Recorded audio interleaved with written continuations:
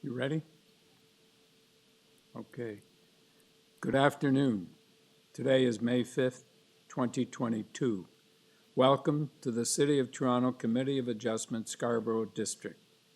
During the declared emergency in the City of Toronto, Committee of Adjustment virtual public hearings are being conducted by electronic means through WebEx, an online digital platform on the Toronto City Planning YouTube channel. These measures are necessary to comply with physical distancing requirements and a provincial order that limits attendance at public gatherings. This will be a virtual public hearing and participate to the committee using WebEx, an online event that is being moderated by city staff. Anyone wishing to view the hearing may do so by watching on YouTube. Participants who have registered in advance will be connecting either by their computer, a phone, or tablet app. All participants will automatically be muted on entry. When your item is called, each participant will be unmuted by the moderator, one person at a time. Only the committee members will be participating by video. Any registered participants will be participating by audio only. We ask that you also mute your devices until you are called on to speak. On is the traditional territory of many nations, the Haudenosaunee and the Wendat peoples, and is now home to many diverse First Nations, Inuit, and Métis peoples. We also, Toronto is covered by Treaty 13 with the Mississaugas of the Credit and the Williams Treaty signed with multiple Mississaugas and Chippewa bands. In accordance with Section 45 and 53 of the Planning Act, this meeting of the Committee of Adjustment of the City of Toronto is called to order. The committee considers applications for variations from the provisions of the zoning bylaw that applies to property, permission to extend or alter lawful non-conforming uses, and consent to sever property to create new lots. Anyone in attendance who wants to receive a copy of the decision of the committee must submit a written request for a decision by email. Please ensure an email address because Committee of Adjustment and the TLAB will be sending notifications and appeal updates by email. If you do not agree with the decision of the committee, limited circumstances to the Ontario Land Tribunal. Appeal instructions are set out at the bottom of the decision of the committee and will proceed with their presentation if required. The committee may ask questions and/or take the matter into the committee for a decision. Each speaker, including the applicant agent, will be given a maximum of 5 minutes to address the committee. I will comment when you're reaching the 5 minutes. When addressing the committee, please clearly state your name and address. Please remember to confine your remarks. The committee may not entertain revisions to proposals at the hearing today. The committee may decide to defer the application if substantially revised. Ensure the revised application is accurate and that all those entitled to the revised notice are informed of the changes. Then, individuals, either in support or opposed, will be invited to finish their presentation. When all speakers are finished, the applicant agent has an opportunity. Are there any declarations of interest of panel or staff for items in the afternoon time slot? Through the chair, there are none from staff. And none from the panel? Afternoon's agenda. Through the chair, there are no deferral requests. Okay. Thank you.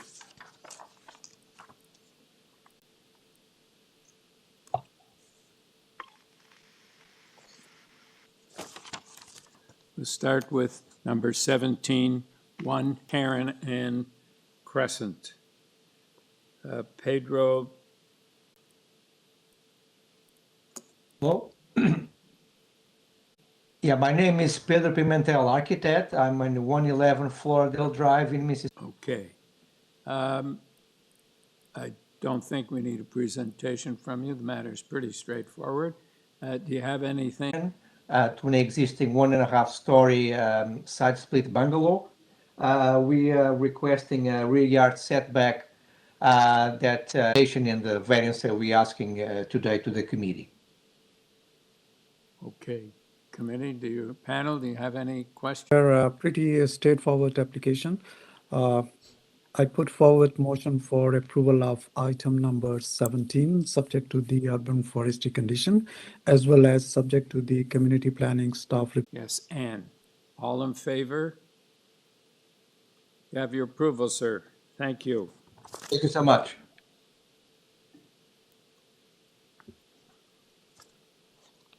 Number 18 is held.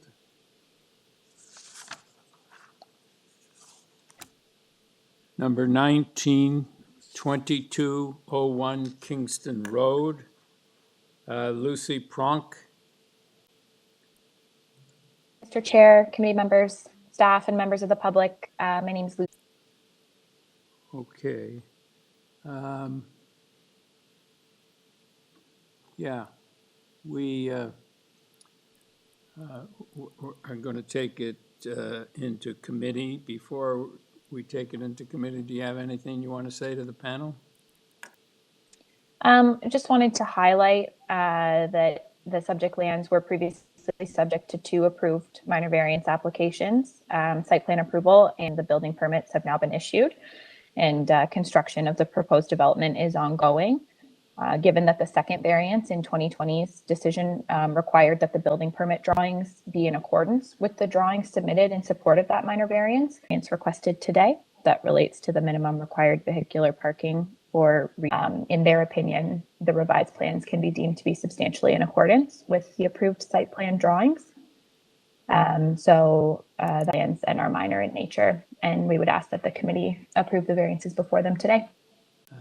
These parking spaces are only with respect to the commercial use. You have residential spaces and visitor parking as well? Correct. The parking for the residential units has already been previously approved. Yep. Okay. Thank you. Panel, do you have any other questions, or do we have a motion? Yes, Ann? Of this application. I note that it's a very small application in essence, although the previous approvals mean that we have to repeat all the previous approvals. I have no problem with the reduction of 1 parking space. I see that as a minor. Yes, Mohammed. All in favor? You have your approval. Thank you. Thank you.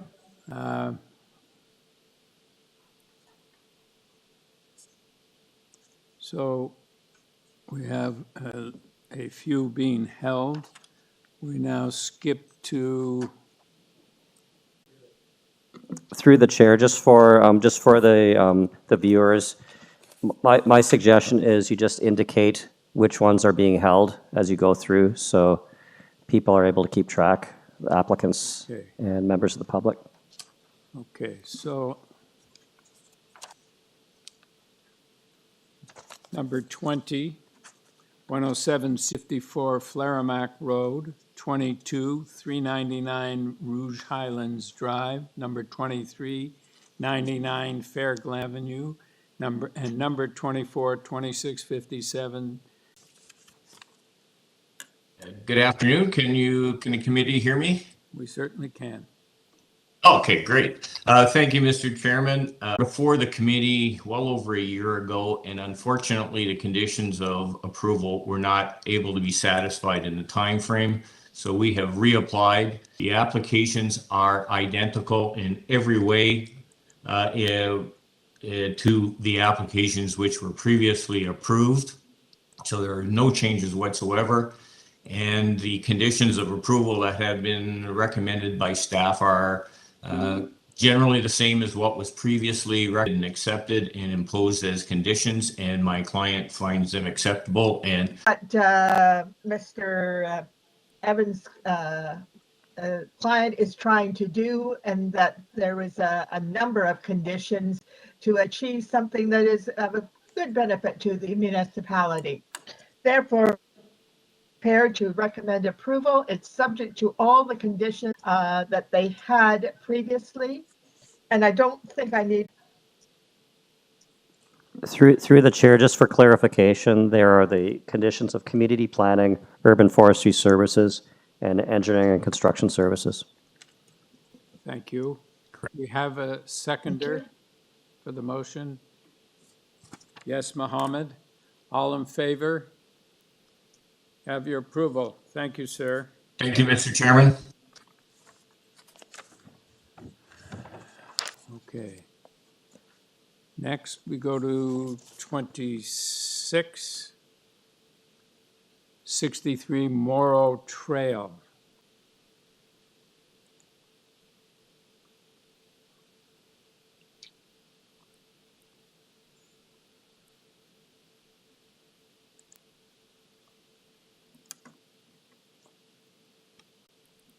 Yes. Yes, can we? Yeah, Jamal Al-Haj. Yeah, can we have your name and address for the record, Yeah. sir? Yes. Hi, my name is Jamal Al-Haj. I'm the owner of 63 Morrow Trail in Scarborough.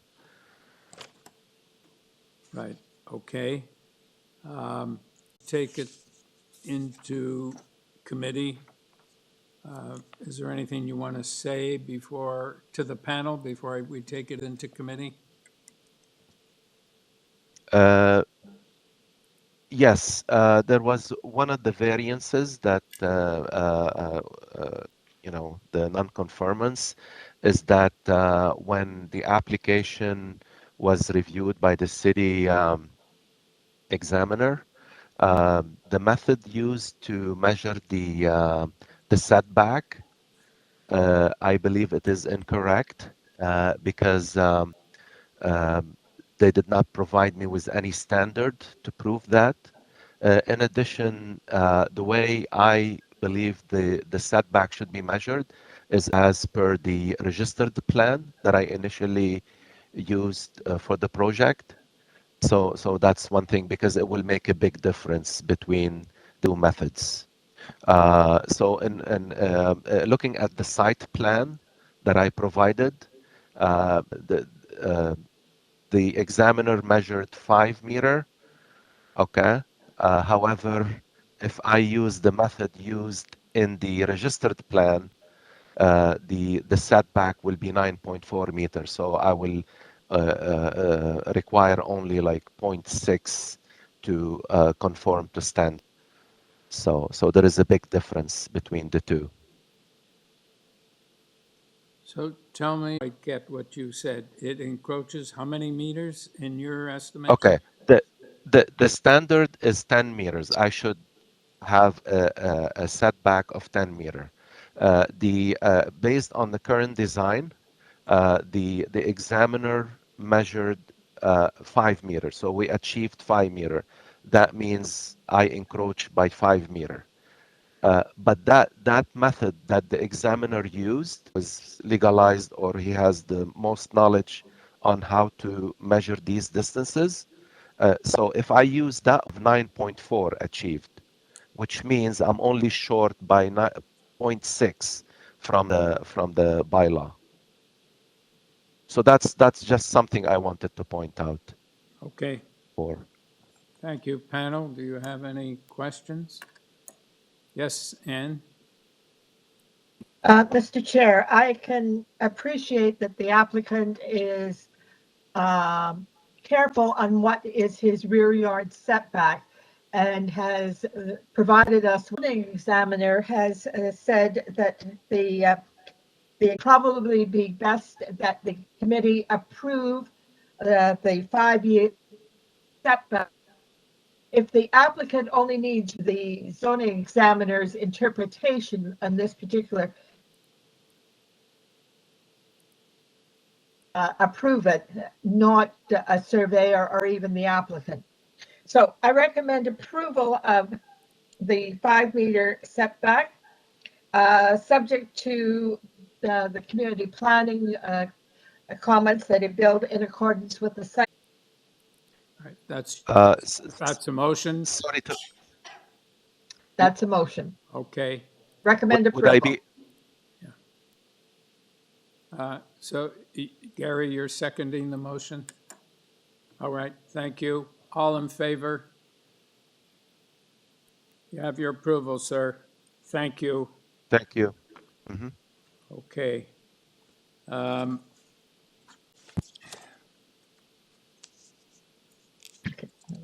We're holding 27, so we have to go back to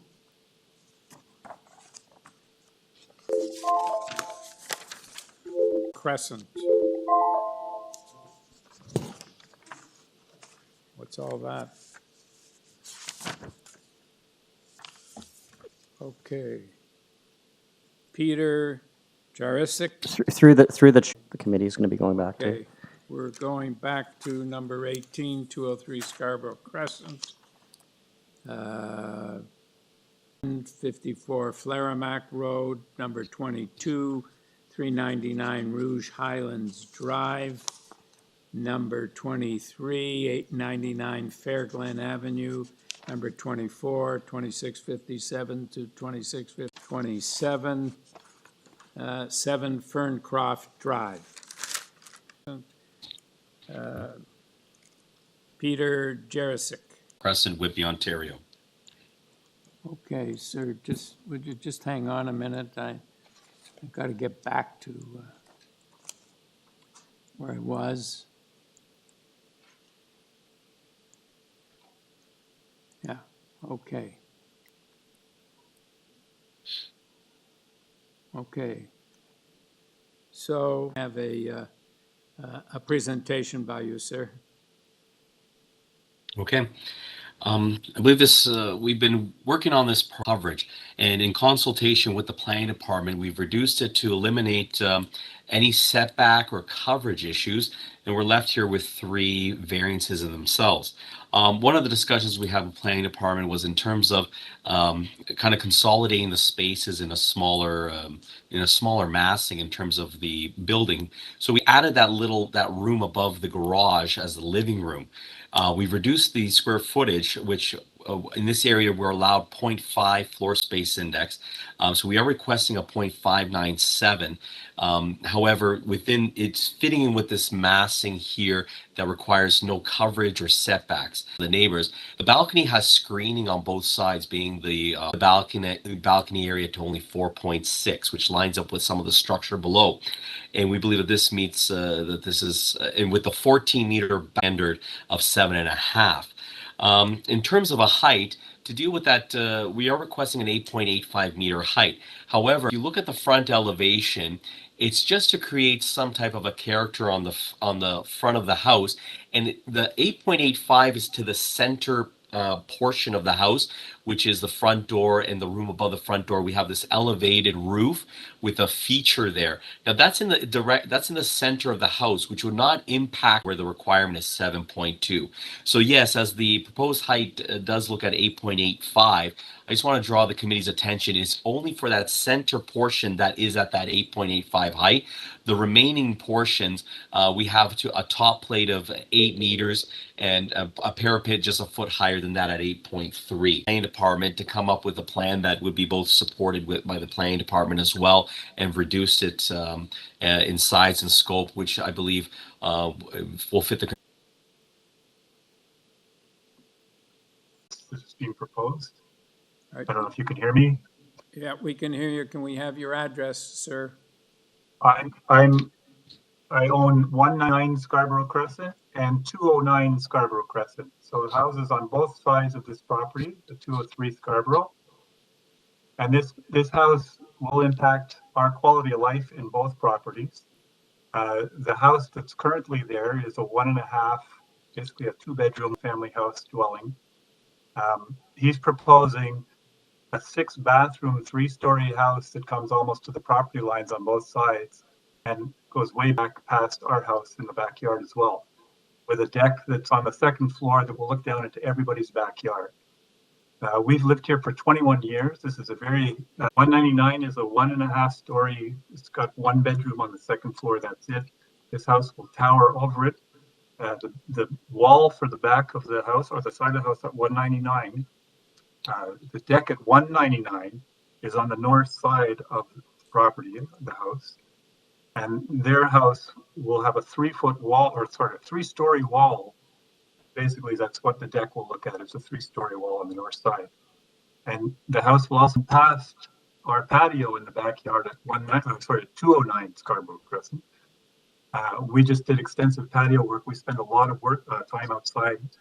A 2nd-story deck at the end of that, which will look down into our backyard than it's allowed. And the floor space is about 23% larger than allowed as well. So, Right. and this area is not filled with houses that look like that. It's bungalows and smaller houses. All right. Any questions, panel? I don't begin to know all the language of. Townsend, can we have your name and address for the record, please? My apologies. Erica Townsend. I live at 29 Scarborough Crescent. Okay. May I continue? Yes, Yeah. please. The size of it and the mass of it, as represented by a 23% variance to the permitted height and a 20% to the permitted floor spaces, scream at that. Completely inconsistent with the character of the neighborhood, and does not add any apparent value with regards to the quality of the surrounding area. It will impact houses on both sides, north and south, and also east of it, of us as well, in terms of blocking all the sunlight that comes through there. It will also have a deck that will be quite high and will allow the occupants to literally peer directly into our backyard. And like some of the neighbors around us, we've invested considerably in our backyards in terms of privacy, landscaping, with care to the environment, etc. All that will be stripped away very quickly if this is permitted to go forward as currently contemplated. I don't see how this in any way makes a positive contribution to its surrounding neighbors. And I'd add that if this is allowed here, the next application will have even greater variances. And I think we need to bring a stop to this point and have builders or homeowners comply with the rules as they're laid out. They've served the community well for decades. To go bring them now for personal gain doesn't seem appropriate to me. Thank you. All right, Mr. Pei, could you just let me know what type of house is existing in the neighborhood now surrounding this lot? Yes, there's a single story, story and a half, a couple of several 2-story homes. I mean, the neighborhood is built in waves. This was original, as I'm sure you all know, this was the original cottage country going back over 100 years. So there's still some actual wood frame homes in the neighborhood. And then there's the next, there are aesthetic in which they're bringing to it. And there's some wonderful examples of people increasing the size of their homes, being consistent with their surroundings. This one is just the size and the mass of it, lake. Okay, thank you, sir. Panel, any further questions? Okay, let's go back to Mr. Drisick.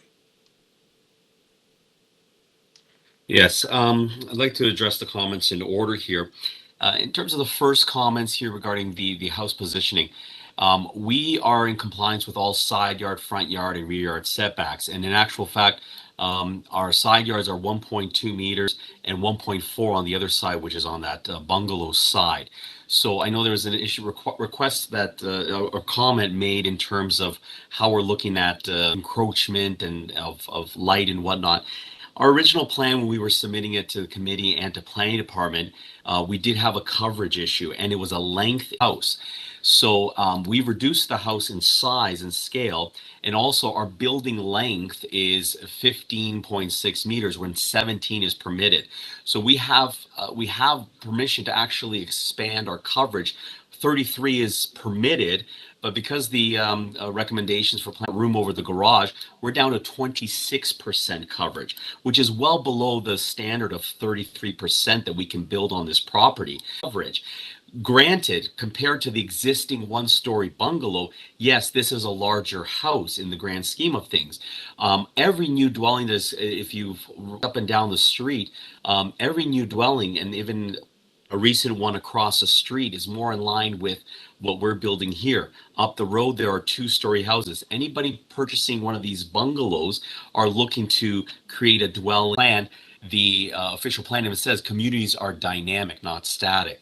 So when you look at what the new builds are, our houses are more in line with the back. I want to reiterate, we are 14 meters from the rear yard setback with a cluster of 3 large trees.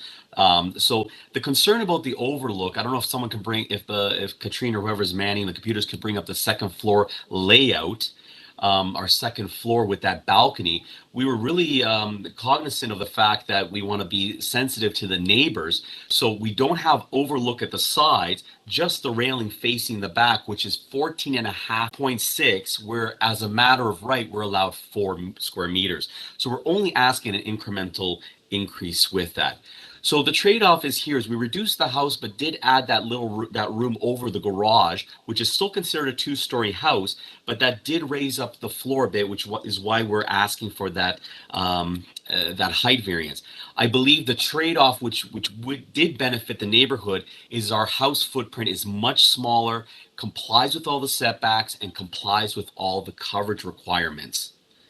So, because we do have a right to go even 9 meters high with a pitched roof, but we are at 8 meters for the majority of the roof, only in that center portion, which will not affect our neighbors, which is the 8.85. And as in past applications, the committee has found it with these type of unique heights to tie the elevation to the granting. And if that is the case in this, if the neighbors are worried that the entire house is going to be 8.85, we are fine to tie our front elevation to the consent if granted by the committee. To the decision, sorry, not consent. So, okay, panel, do you have any questions? Yes, Mohammed? Thank you, Mr. Chair. Mr. Peter, 2 questions. The height, could you tell me what's the height of the next property just adjacent to that? And my second question is, you haven't addressed. It is a 2-story house next to us. There is a bungalow to the south side and a 2-story house to the north side. And across the street, there was a 2-story new build as well in terms of the height. So our height here to make the house more compact, to comply with because we were asking originally for like 36% coverage south side, which is the bungalow, and 1.2 from the other. So we've set back even the house 1.27, sorry. We've set the houses, all the side yard setbacks are greater than the requirement to create more of a compact house and to comply with depth, length, coverage, and sessions with planning department, because I believe the original design, which I wasn't subject to that, I was brought in for this redesign, it was asking for a 500 square foot house. And in conversation with planning department, they mentioned we've been trying to grant things below 0.6. If you can keep it, sorry, not grant, we're recommending houses below 0.6, the floor space index, which we achieved here by creating it. Our lot is fairly big at 580 square meters. So it is maybe a larger house compared to the bungalow next door. But in terms of the lot, we've respected it and have a lot of landscape open space. So in a large lot like this, I don't believe this house is big. But compared to, yes, granted, compared to the bungalows of the cottage time eras, it would look, in comparison, a larger house. Any further questions, panel? Okay, do we have a motion?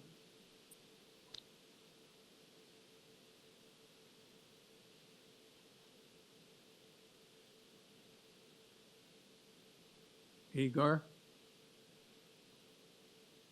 Thank you, Mr. Chair. I'm happy to put forth a motion of approval subject to urban forestry conditions for 203 Scarborough Crescent. Okay, do we have a seconder?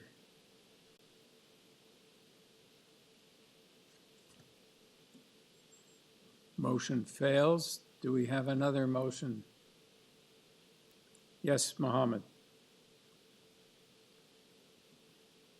Thank you, Mr. Chair. It's a difficult decision, but keeping in view the character of the street, I will again say, we are not against the two-story dwellings. It's okay. Law do permit that, but keeping in view the size, the structure, and the character of the street, Mr. Chair, I am not able to support that, so I put forward the motion for refusal of this application. All right, do we have a seconder? All right, all opposed? All right, the motion for refusal passes 3-2. Number 20-107 Cedarbrae Boulevard. And his siblings. Okay. Your address, sir? 7050 Weston Road. Just for a bit of background, the existing property is 1,779 square meters with the frontage area, front yard setback, and the width of exterior stairs. I think it is important to note that my plan to sever this into 4 new lots. That evolved into 2 lots along the westerly portion while retaining the existing dwelling on the lot sizes and lot area, and similar frontages along Cedarbrae. This will allow for 2-story, 4,900 square foot single detached dwellings, which include secondary units, all in effort to allow my client to achieve individual housing options for the family across the property in an extremely difficult housing market. And this is being done in a way that achieves a compatible architectural form, ample side yard and rear yard setbacks, and continue to maintain spacious front lawns and soft landscaping that is in keeping with the landscape character of the neighborhood and pattern of the most frequent occurring pattern in the neighborhood, as per policy 4.1.5. However, staff did not acknowledge that the policy further considers that the prevailing physical character will not preclude developments whose physical characteristics are not the most frequently occurring, but do exist in substantial numbers in the geographic neighborhood. Staff identified in their study boundary, which I'll note is more generous than mine, on page 4 of their report, that the average lot frontage is less than 21.3 meters. And more, on page 7 of that same staff report, 88 lots or 46.7% have a lot area that are equal to or less than. I'll further note that the same policy states that lots that are fronting and flanking onto major streets are often situated in geographic distinguishable from those located in the interior of the neighborhood, and that in those neighborhoods, such factors may be taken into account in the consideration of a more intense development on such lots to the extent permitted by the plan. In my opinion, the frontage and the flankage on Bellamy is within this neighborhood. I do want to also note that in terms of the front yard setback variance, the reduction from 9 meters to 8 meters reflects a setback is technical in nature. And in terms of the width of the exterior stairs, this is simply accommodating a more prominent entrance for the dwellings and is only 0.57 meters larger than the permitted 2. Finally, the neighbors directly abutting to the south at 246 Bellamy and to the west at 105 Cedarbrae are in support of this application, in addition to 2 other landowners. Those landowners, in my view, would be most affected by this application. But overall, this application does not result in unacceptable adverse impact to the adjacent neighborhood. So in my opinion, these applications meet the 4 tests for minor variance in the criteria under section 51 sub 24 and is a sensitive infill that represents good planning. I do recognize that there are a number of concerns and there is a petition raised by the community. I'm happy to respond to those concerns Following the deputation, I'm happy to answer any questions you may have. Thank you for the opportunity to speak. Any questions, panel? Yes, Mohammed? Thank you, Mr. Chair. Mr. Eldon, I have a question. You were mentioning that, okay, the lot frontage is fine. I'm just talking about the lot area, and you gave some stats on that, saying that the geographic neighborhood have given this much numbers. I could not get it. So could you just make it further clear? And Thank you for the question. So it is on page 7 of staff's report. Now, specific to Cedarbrae, and in fairness, and looking at the immediate area, there are no direct examples of 875 square meters or less. There are examples of lots between 875 and 1,750. On Cedarbrae itself, you'd look further south to the community where there are 3 examples of lots that meet that similar area.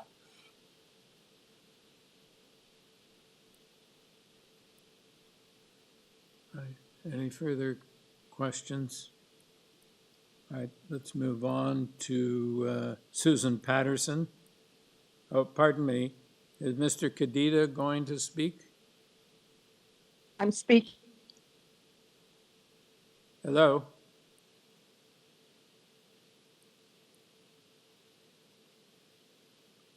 Can you hear me? Yes. What's your name, sir? Isaac Kadita of 107 Cedarbrae. Okay. Did you want to speak, sir? Not too much, but I just wanted to give it maybe a human face. We are a family of 4 trying to build homes to ourselves and our families on this lot. Right at 104 Cedarbrae Boulevard. All right. Can we have your comments, please? 1998, after years of searching to live in a community with its large and the country feel, we found it here. The ravines that run behind us are natural corridors for wild animals to roam. Neighborhood's charm. Over the years, we have joined our neighbors in stewardship in this ecologically sensitive area. In 1948, the G. Young family was granted severance of the family farm under 2 conditions: ownership, and the homes were supposed to be built in the center of the lot so they wouldn't be severed. This bylaw was created and adopted. Many of the lots in Cedarbrae were allotted to World War II vets.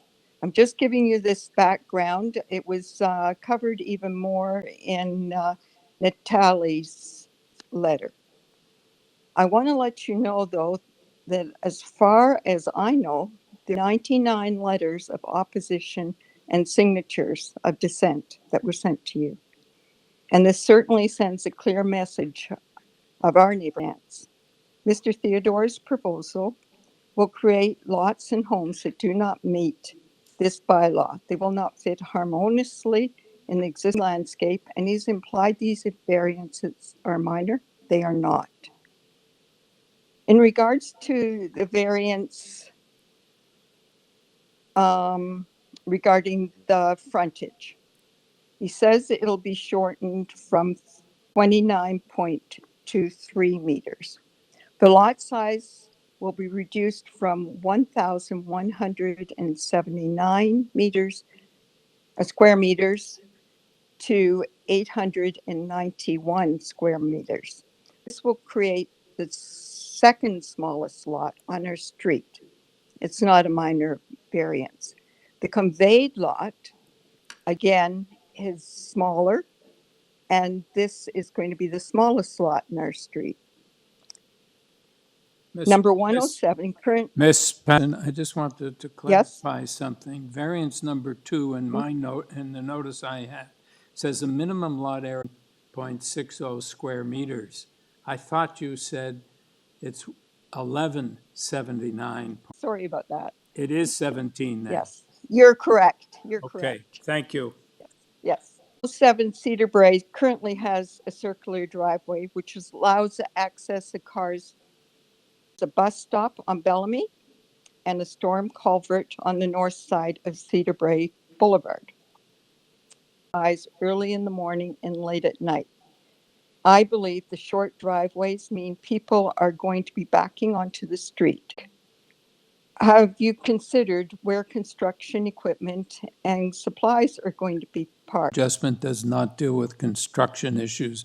That's not part of our Oh, mandate. okay, Thank you. okay. Okay, thank you. When I read the minor variance tests on bylaw 569-2013, the lead statement is what I'd expect. Development and establishing will not enhance our neighborhood. It will create an unwanted precedence. I'll choose 3. We chose the submission of affordable housing is what, Mr. This small pocket, and we are hoping that you'll maintain. I don't know how to put this. Have a lot of traffic on it. All right, thank you. Panel, do you have any questions? Okay. Glenn, the Barrowmaker? Or Torrance Road, which is about 3 blocks to the west of the street. I've lived in the neighborhood for about 20 years, and I'd say my early 20s, for about a decade, I sort of lived part-time on Braeburn Avenue with my girlfriend of 7 years at that time. So I've been in the area for a very long time. I would ask that you accept my correspondence and my deputation today as showing my very strong objection to severing of this lot. Again, I'm a local resident. I walk or bike by this property virtually every single day for renting this area for 15 years, from 2003 to 2018. So I think I'm well immersed with what makes Scarborough so beautiful. I also started attending Committee of Adjustment hearings, Scarborough Aging Court, and worked with some wonderful Scarborough staff like Denise Rundle and Theo Lawrence and Margot Ryan. Give you just my historic perspective, given my history. I was present. The mayor stated very clearly to the residents that Scarborough had designated this Cedarbrae pocket, and I'll say, because I've looked at the city maps, really from Braeburn Avenue north to Highland Creek. When you get south of Braeburn Avenue, you get curbs and you get sidewalks and you get some beautiful lots, of course, but a more suburban area versus a more rural area with open ditches north of Braeburn and on Braeburn. So Mayor Trimmer made a commitment back then, some 30-something years ago. She said that this area will not change. The mayor that was next was Frank Faubert, the last Mayor Faubert, at a community meeting at the Cedarbrae Community Center, also said to a large meeting of residents that these lots will not be allowed to always been told no. During my 15-year tenure as city councilor, every single applicant in that community on the center of the lot and as large as they wanted, and often they would need minor variances, and I supported all of the minor variances. But in my 15-year tenure, not a single severance was granted by the Committee of Adjustment. Not a single application was supported by city staff. And I'm glad to see that now Councillor Michael Thompson, who's the current councillor, who submitted a letter of opposition as well, is carrying on with that tradition that's being proposed. Again, the original application was for 4 lots.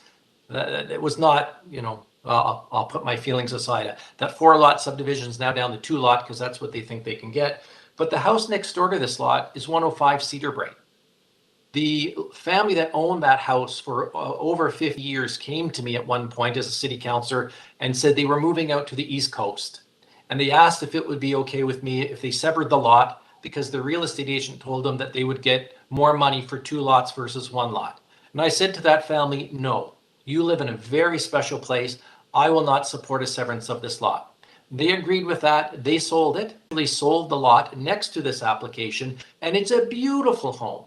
And the family that's moved into that home is a beautiful family. They're welcome in our neighborhood. We love them.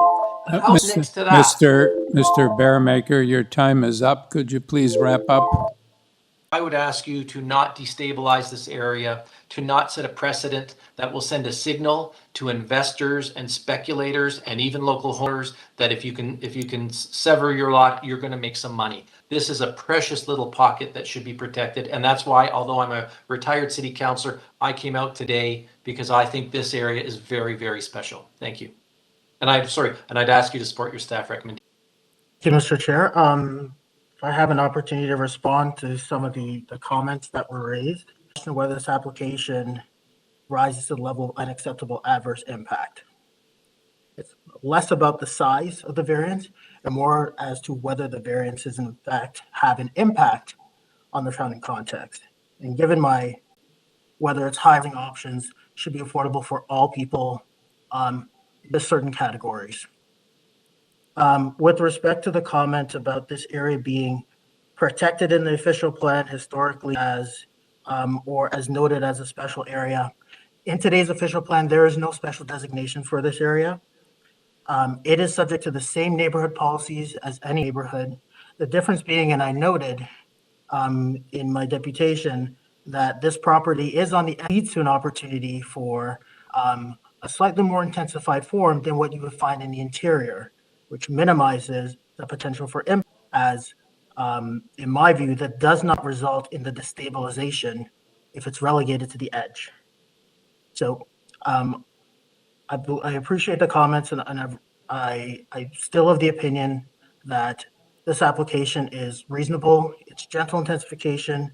It's accommodating housing options for the 4 siblings on this property.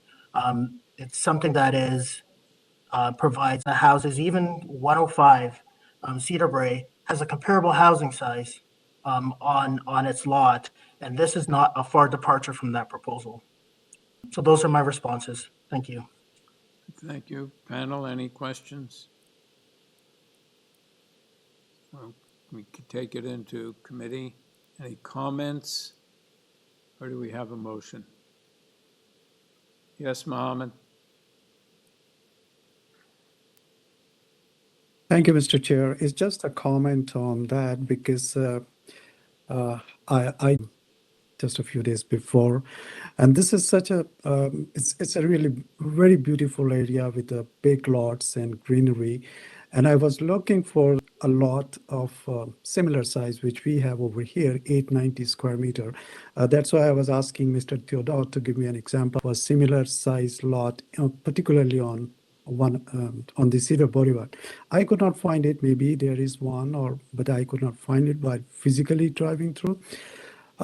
Yes, what my personal opinion is that if 2 lots, I think actually it is going to destabilize the character of this application. I say this will be the inappropriate lot size in this area, and we should not be taking any risk to set a precedent for the future application in the same way. Nature of all these developments and the beauty of this area, I say this application is supported.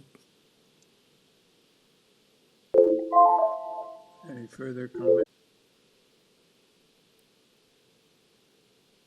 Yes, thank you. The minor variances. We have a very strong staff planning report, and it is really concerned that a severance granted here could result in some snowballing, and that I echo the words of Member Saeed. Any further comments? Yes, Anne? I'll just add my voice to my fellow members that no, I cannot support this application.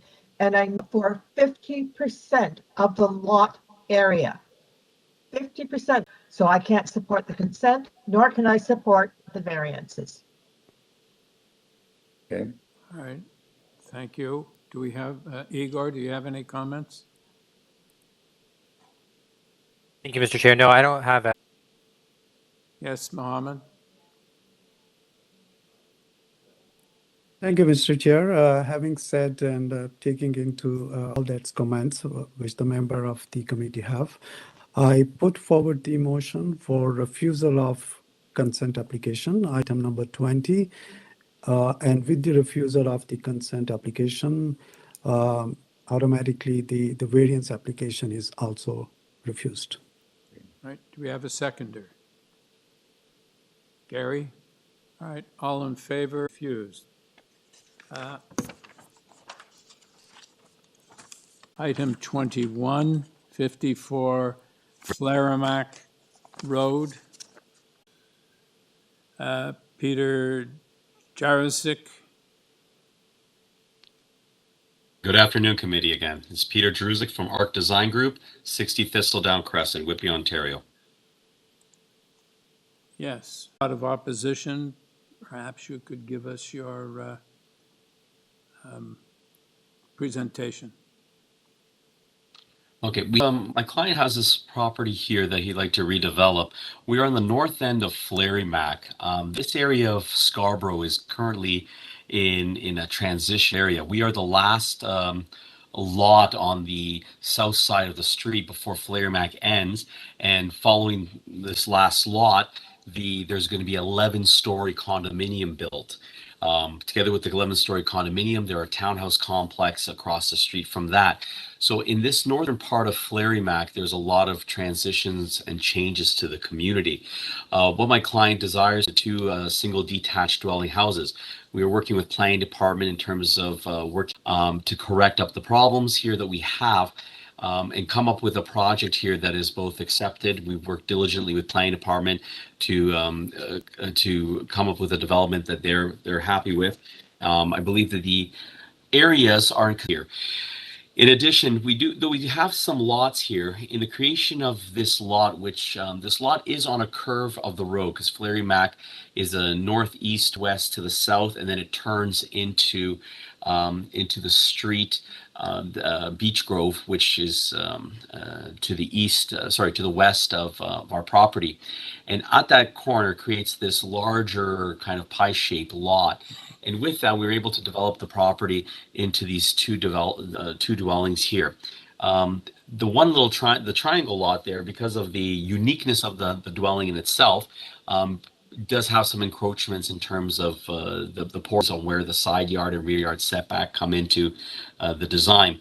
I believe that this development, in concert with the intensification sought out by the province and in discussions right now with Toronto for intensifications, that this is a good project here to look in this northern area of the community, which is now seeing more higher density coming in with condominiums, townhouses, and but this will also lots here. We're trying to maintain 17 meter frontages with 44 meters depth, and then that, of course, that unique lot there.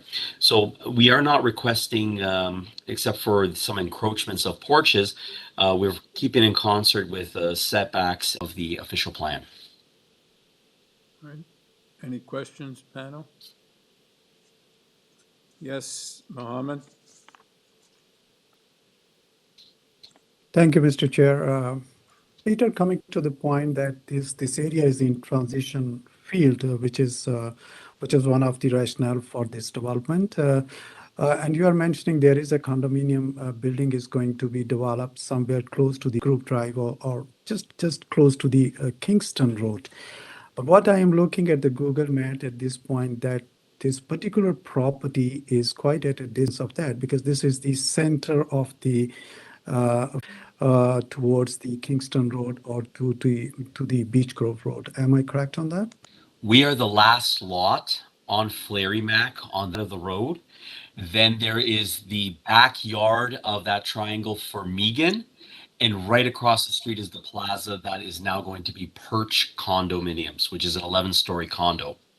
So the only thing between the condominium, that first house on Megan. Franca Franze?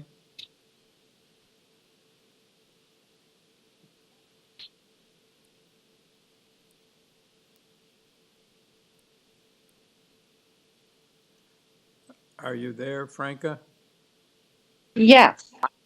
My name is Franca Policaro, and I actually disagree, and I'll state why.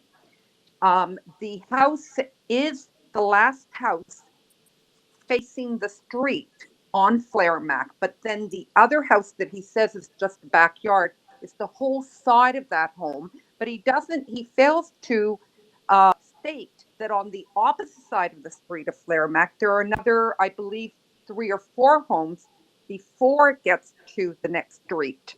And the coasts are on Kingston and the side street. This property is a 1-home dwelling property. And they are trying to divide it into 2 to accommodate 2 large dwellings. Large, like I'm saying, 3,000 square feet, I believe, is one, and 3,400 square feet on the other. My property is going to be next to this. And right now, the young men that are living in that home, they have 4 cars parked on their driveway, which they can accommodate. But if we get 2 full home dwellings, where are these cars going to go? Because they're stating that they're going to build forward. They want to change 7 bylaws, 7, to change everything. And so where are these cars going to go? There are cars that zoom by the street, and they shouldn't, but they do anyway. There are no sidewalks. Be living there. And if there are children, there are no backyards. I mean, one of them, I think, is going to have a 6, and it's not the character of the area. If you look at my letter, and I'm sorry, I'm a little nervous. I normally don't do this, but if you look at my letter, I do state that, here, I'm just looking at my right now, I'm sorry, that this is with greenery. And I believe that if they do this, it's going to change the landscape of the community, because this will hopefully, I hope it doesn't happen, it will set precedents. And this is what we have to fight for, is not to allow this to happen.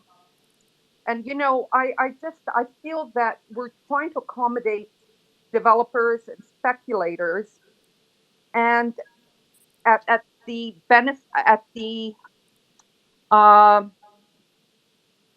community pays for it. It ends up paying for it. And, you know, we've made so many mistakes in the past with urban planning.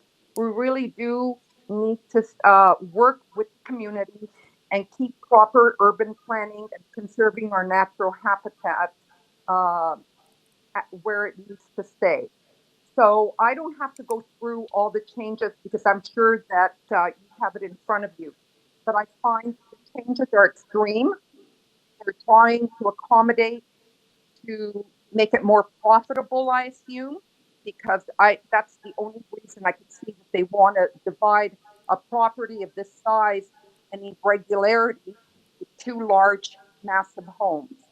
And the other thing is, there are no sidewalks on the street, and they are on a curve, which means that when people are walking with their dogs or the elderly, because there's quite a few seniors on the street, when you're going around a curve, you don't see people. And so more cars, are they going to park their cars on the street? I don't know. But I'm very concerned. So I'm going to leave it at that. And I hope that we do the right thing. Thank you. Panel, any questions? Gina Franz Miragello.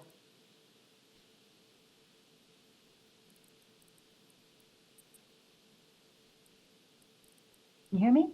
Yes. Perfect. So I'm representing, I live representing my mother. She's at 52 Flaremac, so it's under Gina Franze as well. So you have to literally go into the middle of the road to go around the car. And, you know, the parking spaces will be an issue, especially if, you know, guests decide to park on the street. So I'm just, I just frustrating when I see builders who are trying to reduce green space for profit, and this is what I believe is happening here. Also, in regards to my mother's home, there is only a 6-foot clearance between the two homes. It is uncharacteristic for this neighborhood. I'm not sure why the architect is saying about perch. The condominiums he's talking about are way far from this neighborhood. They're on Kingston Road near the bridge.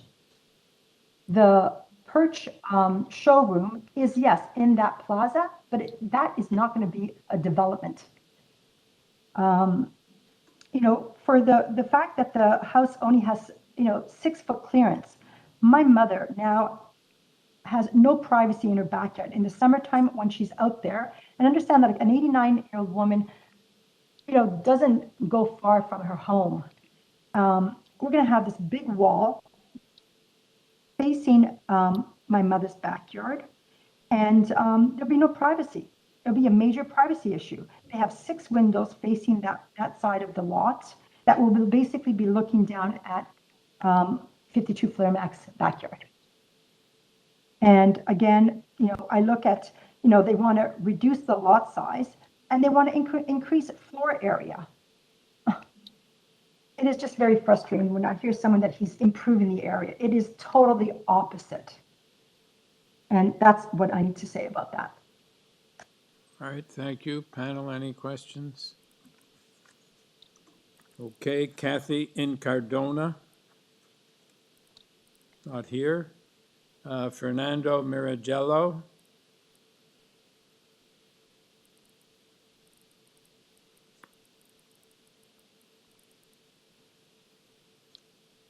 Mr. Miragello? Can you hear me okay? Yes, we can. Thank you, committee. All right, so I wanted to add, my name is Fernando Muriello, and I'm at 49 Flaremac Road.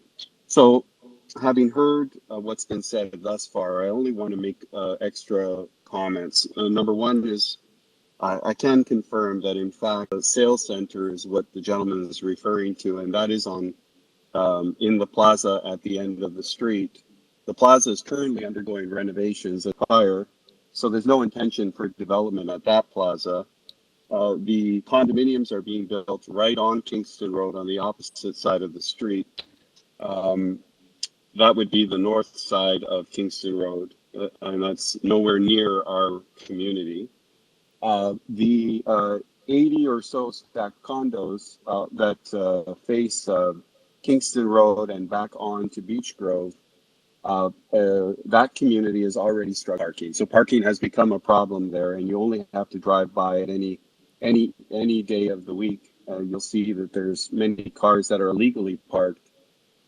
In fact, it's more noticeable now that the plaza, which is currently fenced off, and so it has restricted public parking. Of course, it's private property, so nobody should be parking there. So we're already struggling with that, cars being parked on the street illegally overnight. The lots themselves, this community, we purchased the home over 16 years ago. My lot is a 100-foot lot, and I built on the center of the lot. The distance between the houses, I don't know of any other property on the street that has less than a 50-foot frontage and I don't know of any lot on the street that has the kind of setbacks that this gentleman is requesting for this property. The community is very distinct. The residents have respected the bylaws in the area, and I would say that this would really change the landscape of the community for us, and would certainly cause a lot of concern for families and seniors that live on the street. I did want to mention that I'm very familiar with 52 Flaremac, as that happens to be my mother-in-law, and I don't see how she would have any privacy. She would have the house that would be built to the left would have a panoramic view of many backyards, virtually eliminating any privacy that anybody could have on this property.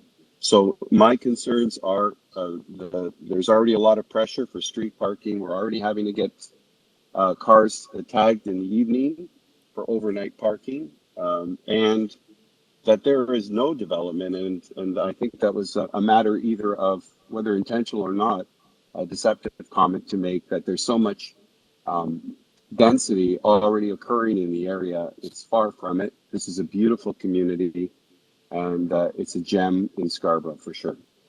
Thank you. Thank you. Any questions, panel? Nassim Katak. Oh, sorry, Igor. Go ahead. No worries. I just have a question for the last speaker, just quickly, if Yes. possible. Go ahead. Thank you, Mr. Chair. I'm just wondering, I mean, I'm wondering if the speaker, I guess, having, been in this area and having a house and whatnot here, it seems like this on this portion of the street has a different type of setback, different type of typology. 52 is different than 40, which is different than 38, which is different than 37, 39, 43. They're all sort of like closer to the street, further back, or skinnier, really deep, not so deep. Every single, even 53 compared to 55 and compared to your own at 49, they're all very different staggered situations. So I assume that's partly because of the nature of the street being curved, but I'm just wondering if you have any comments on that regarding the inconsistency of essentially almost every single one of these houses. Some don't. So I'm wondering if you have any thoughts on that compared to a street like Megan when you look at it, which every single one seems to be fairly consistent in terms of driveways and how it lines up. Well, that's a very good observation. And I think that just based on the time that I've been there, when I purchased the lot and the home that was on the property during wartime and given to war vets, many of them were cottages. And so I think there were just the rules of the at the time were very inconsistent. But there is no house or property on Flaremac that doesn't have generous space, whether it be at the front, the setback at the front, or the setback at a unique community. I have close to 3/4 of an acre, and so I practice what I preach. I could easily have built 2 homes on my lot. It was stuff that I haven't verified, but as I understand it, these 2 homes will have a single car garage, or both garage. Neither of them have a garage that can accommodate 2 cars, which basically is almost going to guarantee that they're going to have the pressure of parking on the street. Over them built cottages on the properties. Attack.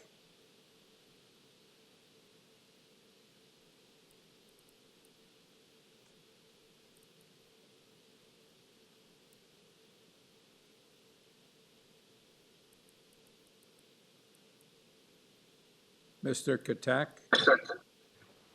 Yeah. Can we have your name and your address, sir?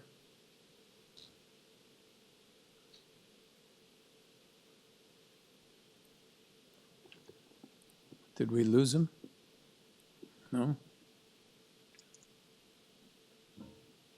Through the chair, Nassim, you are unmuted. Please state your comments.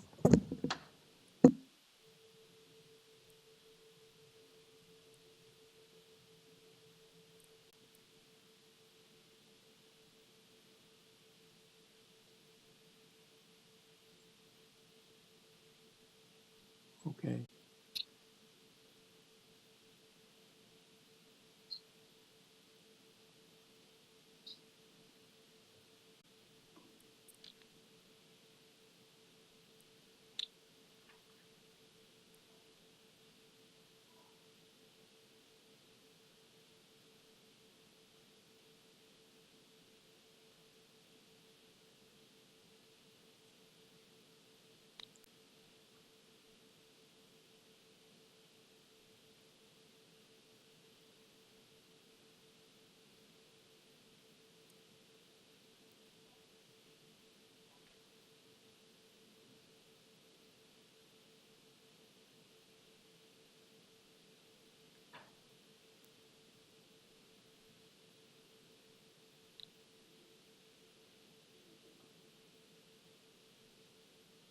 So Shirley, have you been able to get a hold of him?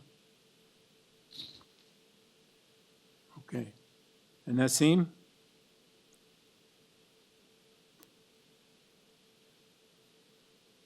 Okay.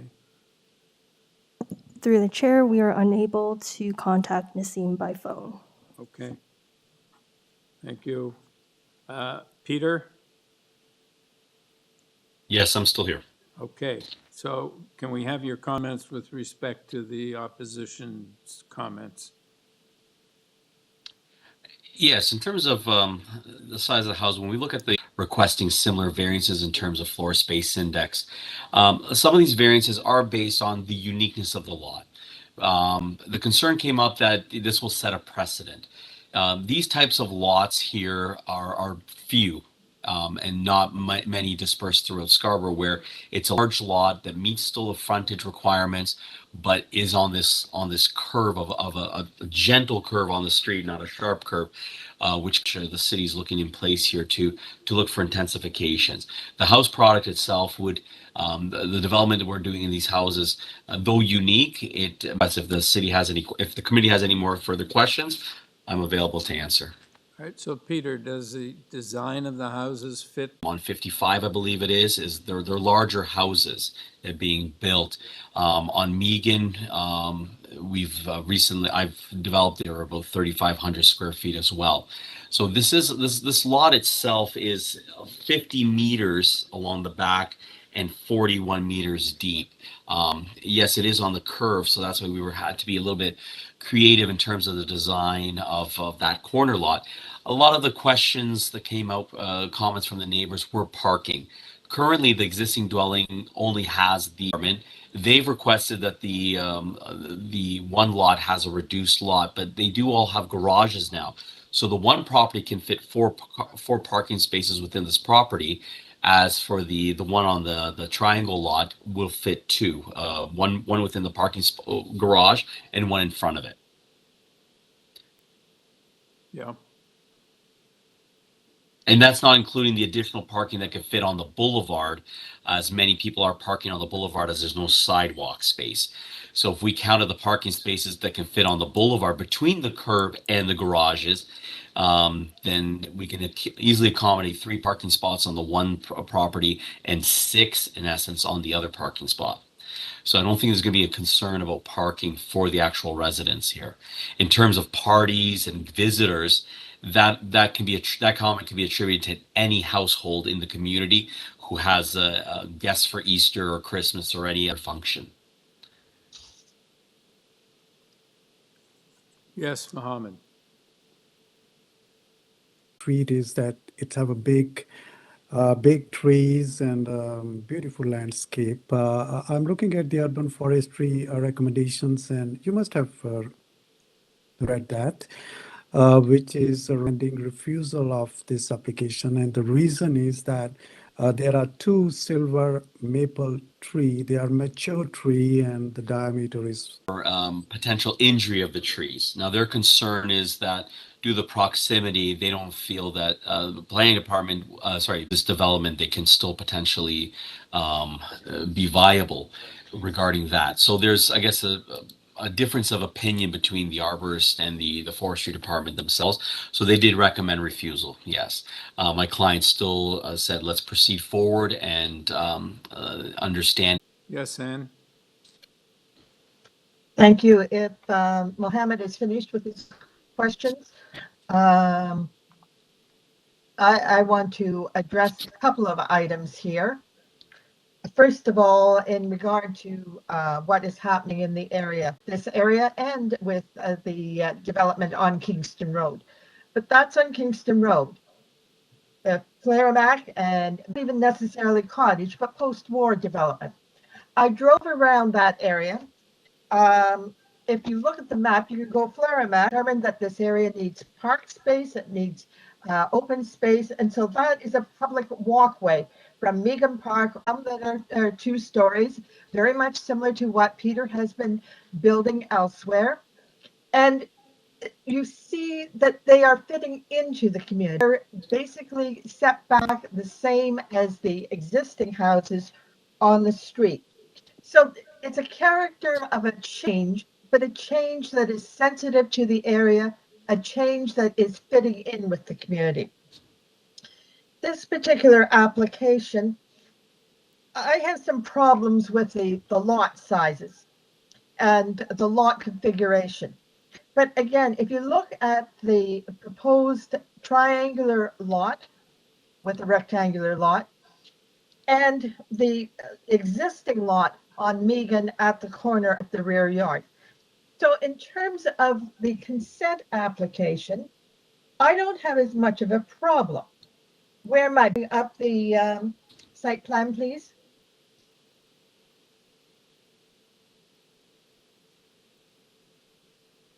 A garage setback from the street. I don't remember, I walked this street, I don't remember any curbs whatsoever. I do recall at determining how to address matters. I have no idea how you can build a driveway and a over top of a majestic silver maple tree that the forestry is asking you to retain. Any other? Sorry, was that the question? Was that the question, or? If Peter would like to explain how he's going to do it, I'd be happy to hear him. I'm not a forestry I'm not a tree expert myself. And you know what?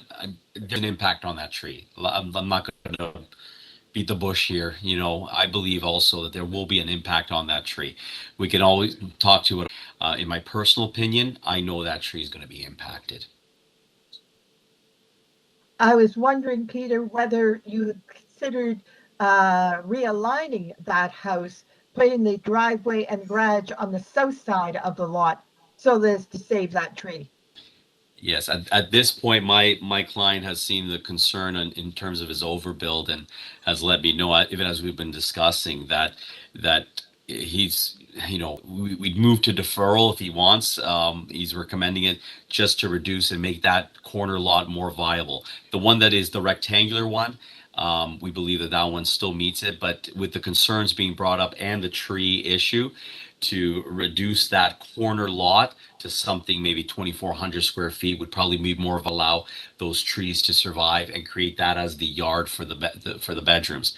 So at this point, I guess there's two decisions. My recommendation, my opinion here is to defer it, to really scope down that corner lot to be more sensitive. The other option is that you guys recommend the refusal of all those variances and just allow the severances, and that would force us to at least develop that house within the bylaw in terms of setbacks and all the other requirements.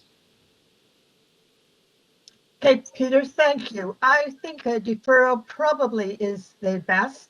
I'm not totally against the severance, but as soon as we start to say approval to the severance, we have then handicapped your ability to create two lots and maybe move property lines. So I'd would agree to your proposal for deferral of this. Come back to us with revisions of both the consent if necessary and certainly of the variances. I myself am in agreement with that. Yeah, I think that's a best solution, Ann. Does anybody else have any comments or questions? Okay. Ann, do you want to make a motion for a deferral? Yes, in accordance, I defer the application for consent and for variance for 54 Flaremac Road. Do you want to do it sine die? I don't see that Peter's going to be. Yes, we would have to do it sine die. He's going to need some time to think about this and get back onto our agendas. Colin? Through the chair, you should, the committee should provide a reason for deferral, so it's clear, clear reasons when this application should be retabled. So provide some reasons. All right, go ahead. Okay. I want to emphasize, because I think this is important, that the committee is agreeing with the applicant who has also agreed to a deferral. This isn't we're coming in here and saying defer this application. The applicant has agreed to a deferral. The purpose of the deferral is to look at the realignment of the lots and the proposed houses to preserve the tree canopy in one sense, and to look at the setbacks of the garages as well as the setbacks from the rear property lines. Can I make a suggestion that we defer it, sign Urban forestry. the applicant contacting the committee as to when he is ready to bring it back? Certainly, I'll accept that as a friendly amendment. All right, Colin, is that acceptable? May I suggest defer sine die at the request of the applicant to address concerns identified by Urban Forestry Services? And subject to being brought back? It's implied that they will have to, the applicant will have to bring it oral sine die. Okay, thank you. Is that acceptable, Ann? Yes, that is. Okay, do we have a seconder? Number 22, 399 Rouge, Highlands Drive. Rock Kim. Rock Kim. Yeah. My address is 386 Young Street. I'm the behalf of the owner. Yes. So there is some opposition. Would you please go ahead with your Variances and then reduce the size of the houses? Can I do it first? Actually, Through the chair, I think we should, if you can give us a moment to put the public hearing notice on for which variances are being, I guess we need to confirm with the applicant which lots or which parts are being amended. Okay. Maybe you could start with the first public hearing notice, which is the consent application. Are you changing the consent application? No, consent application is same, just minor variance for each houses. Okay, for each lot? Each lot, yes. I'm going to. I'm sorry. What is 22B? 22B. 1.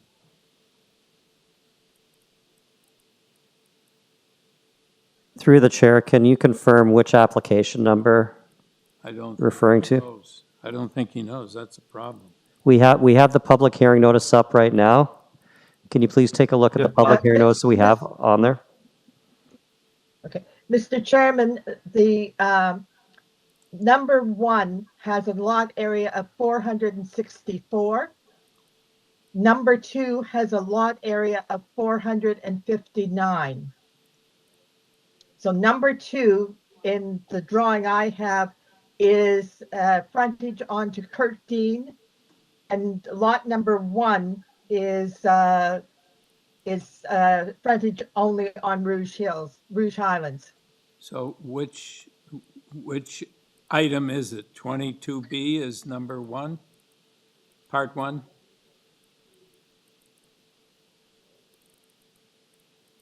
Yeah, 22B is... Mr. Chair, it's 22C. 22C is the part 1 conveyed. Okay. Yeah, the second page there is a part number 1. Yeah, conveyed, part number 1, conveyed, yes. Yes. Here it is. Okay, so could you Can tell I us? start now? Could you tell us? Yeah, number 3. Variance number. Sorry, number 3. Yes. It will be removed. Coverage, no more coverage issues. So you're going to delete variance number 3? Yes. Yes. And number 4, you're going to reduce the size of the floor area, which is 0.67 to 0.65. Yeah.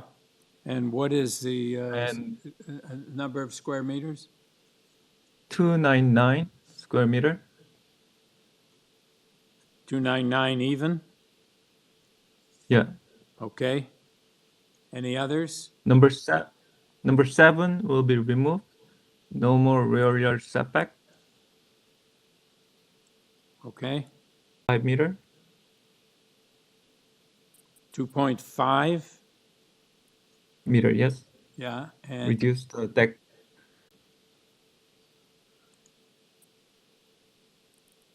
right, is that 22B? Number. Yes, that's right. Okay, And number three will be removed. right, And the number 4 is same 0.65 times, and then 299 square meter. yeah, And the number 7 will be removed. yes, Number 8, 3.05 changes to 2.5 meter. yes, And the number 9 is same 3.05, change it to 2.5 meter. yeah. Yeah, that's it for the minor variances changes. Through the chair, so it's the identical variances for both, the identical modifications to both variance applications? Is that correct?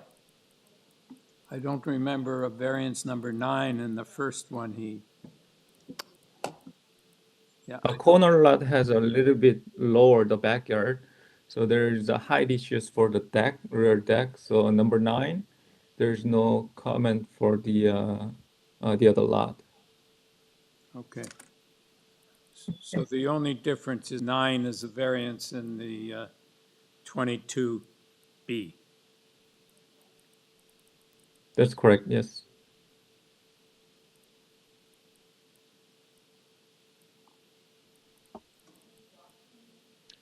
Could the, with 40, you no longer need that variance? Yes, he's deleted. No more coverage variances, yeah. Okay, thank you. Yes.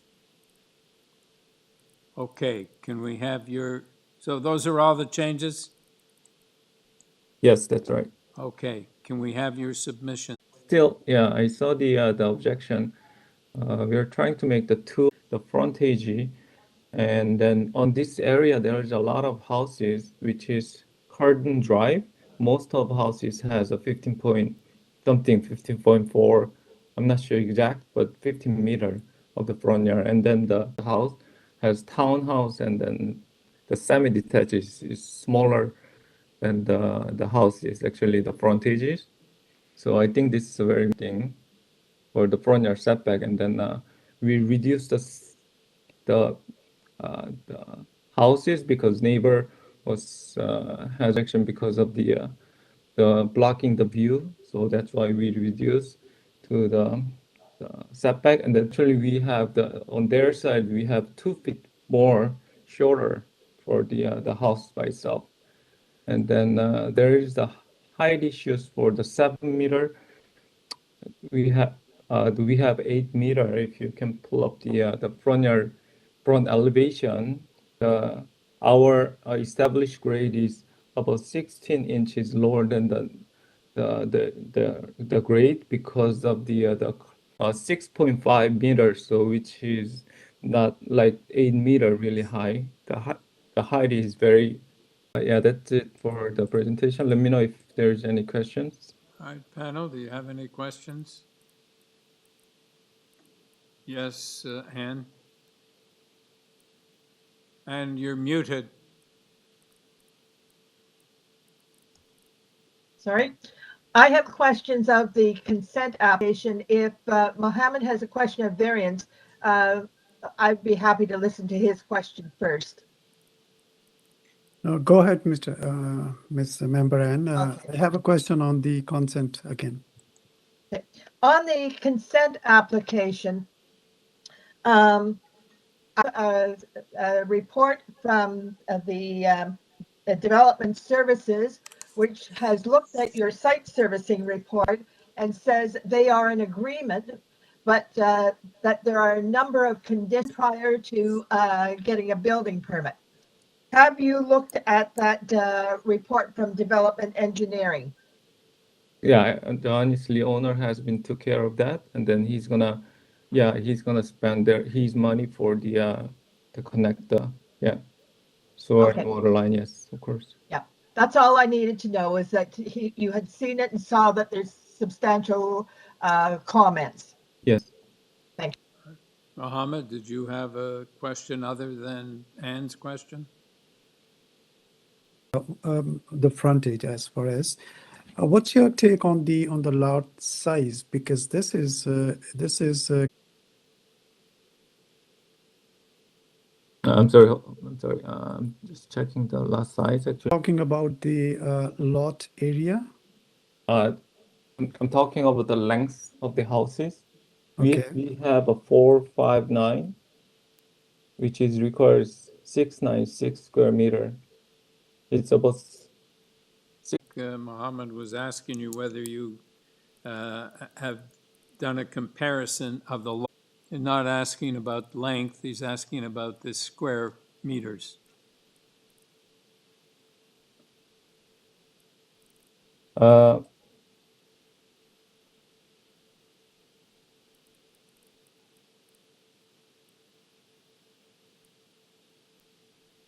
Yeah, most of the houses, the other neighbor has 525 square meter. We have 459 square meter.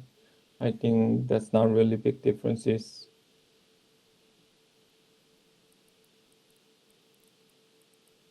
Thank you, Mr. Rock. Again, it's not the big difference, but to be the smallest lot as far as the lot area is concerned, and that is my applications. There are these are the variances mentioned on both the applications, which shows that the comparison with the other in the area, this is too small. That's my take on that. All right. Any further questions?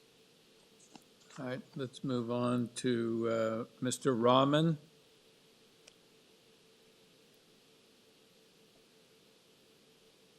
Mr. Rahman, did you want to make any comments? To 10 meter. And now this BLVD PL is transferred to the city as a city street. So all three sides is on the road.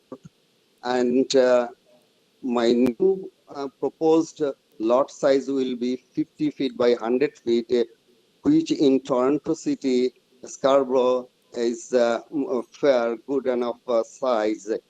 So to accommodate my kids and the future generation and of the city and the modern situation. And you can see 390 back, at least 100 feet we are open. And with due respect to the neighbors, the 393, he moved just a couple of years here. I had a discussion with the old owner. Still, with the due respect of the neighbor, I suggest my engineer to reduce the size and fulfill all the requirements of the city setbacks. And for the sewer station, yes, I aware of that, and I worked with the city, and we gave a design plan and the cost matter. And if you kindly grant us, then that sewer portion will do. Right, thank you. Thank you. The panel, do you have any questions? Okay, Kitevsky LeBlanc. Yes, Chairman. Thank you for entertaining my opinion in this matter. I reside at 396 Rouge Highlands Drive. Can we have your I have also name? Can we have your name for the record, yes. please? Of course. My name is Julianne Kitevsky. Okay, go ahead. Okay, thank you. So I have also read and stood the strong letter of opposition composed by the neighbor at 393 Rouge Highland Drive. In there's a description of how the variances are not minor, which I agree and support. Now the variances have changed to some degree, as was discussed at the beginning of this session. Variances are not minor, specifically the lot frontage, which although is somewhat inconsistent within the neighborhood. It is fairly consistent along the length of Rouge Highlands Drive, at least to the direction west of Kirkdean Drive. But are aging, the population in terms of demographics are changing. Ourselves, we have increased the size of our house through a full rebuild, which is almost completed. I want to point out that we did this seek any variances through the Committee of Adjustments to retain the sort of relative proportion to building and yard lottage in our neighborhood. It's one of, as mentioned some of the previous discussions, there are some really beautiful pockets of neighborhoods in Scarborough that retain very mature canopies of trees, significant green space to this neighborhood.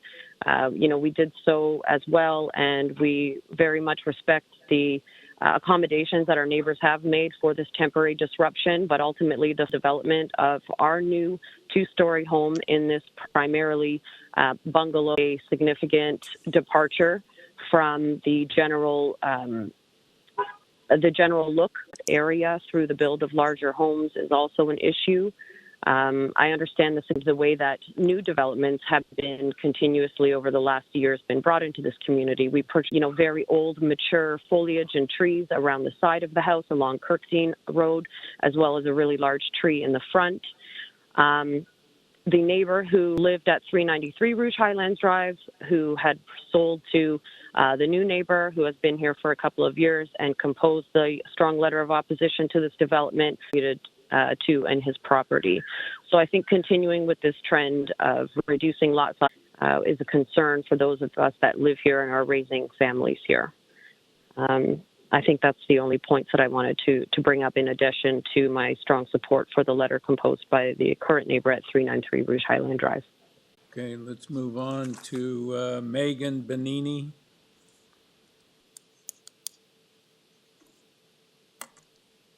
Hello, can you Yes. hear me?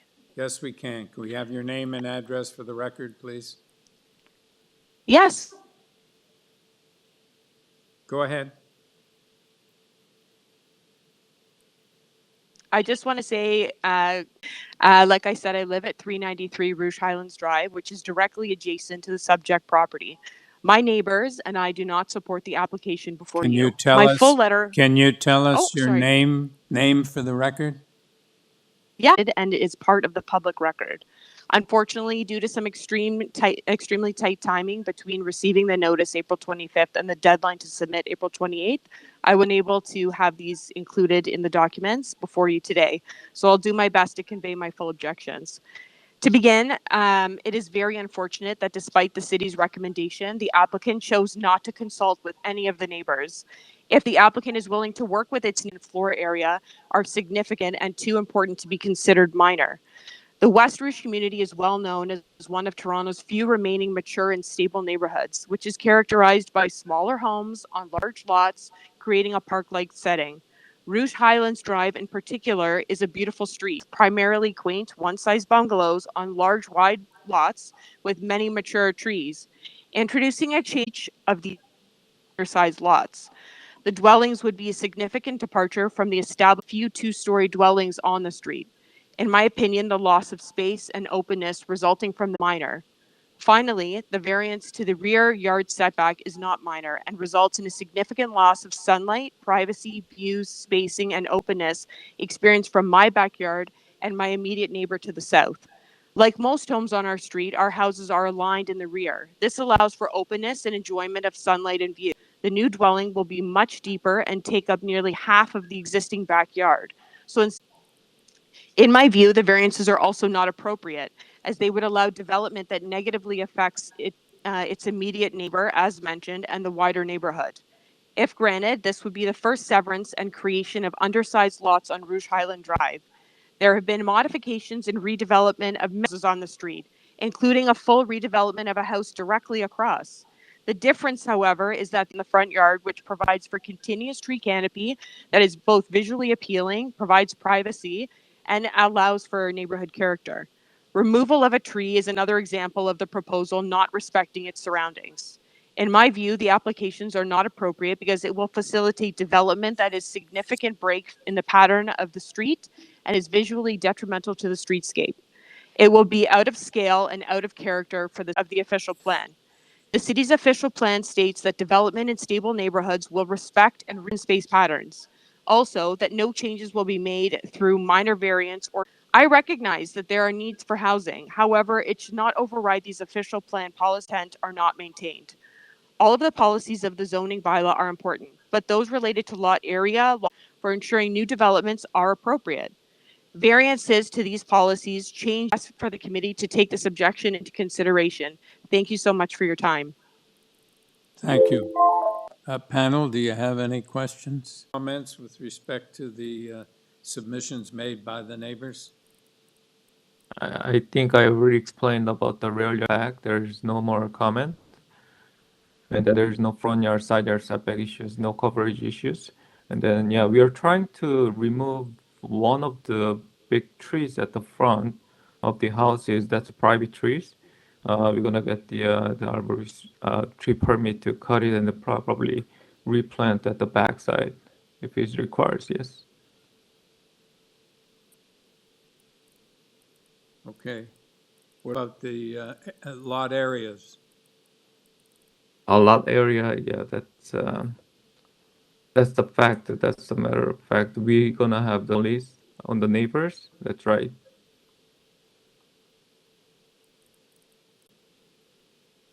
So, Mohammed, I think you said that this lot size, lot area is not consistent with the street area, general area, a street over, 2 streets over.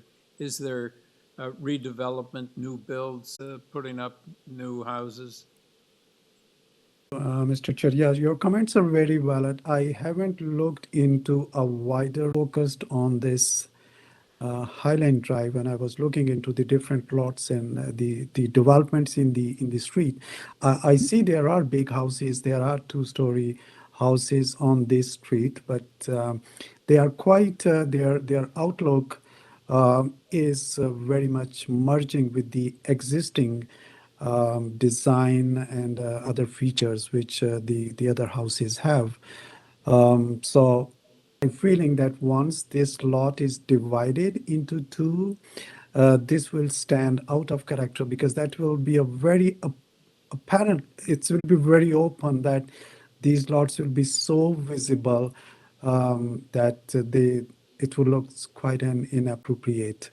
But to your question particularly, yes, new developments are happening. In the asking the applicant in the very beginning, do you have a comparison of these lot areas with the other lot areas, either in the street or in this area at a larger level, which I did not find the answer to that question. Okay. To the committee members, I'm not in a position to support this application because to divide this property into 2 lots is out of character of these streets. With that comments, I put forward motion for refusal of consent application. Okay, do we have a seconder? Yes, Gary. All in favor? All right, application refused. Item number 23. Stephanie Lin, I am located at 220 Torbay Road, Markham. And my assistant, Frank, he's also with me. He will be helping me regarding for the technical database, something regarding for this property. Okay, would you go ahead with your presentation because we have quite a few neighbors in opposition. Okay, sure. Thank you, Chair. So for this property, we are applying to consent this property to 2 property. So the lot areas, each lot area will be around 539.92 square meter, and the lot coverage will be 157.88 square meter, which it is not over to the zoning by law 33%, which we are only 29.2% only. And the total of this house finish was planning to doing 250.50 square meter.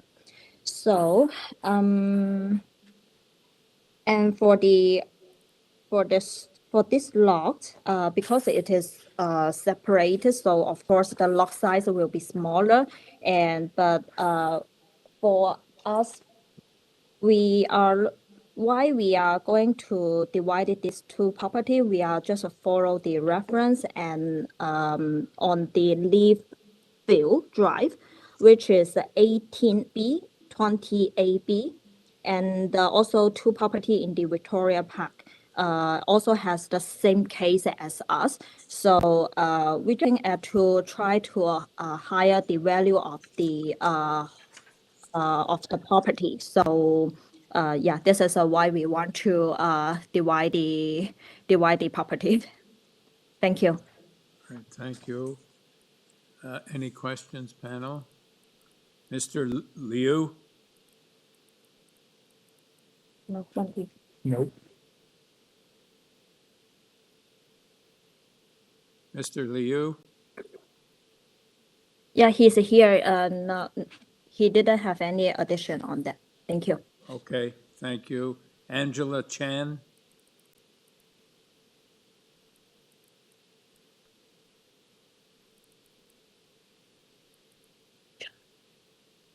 Through the chair, Angela, you have just disconnected with your microphone. Please connect with your microphone.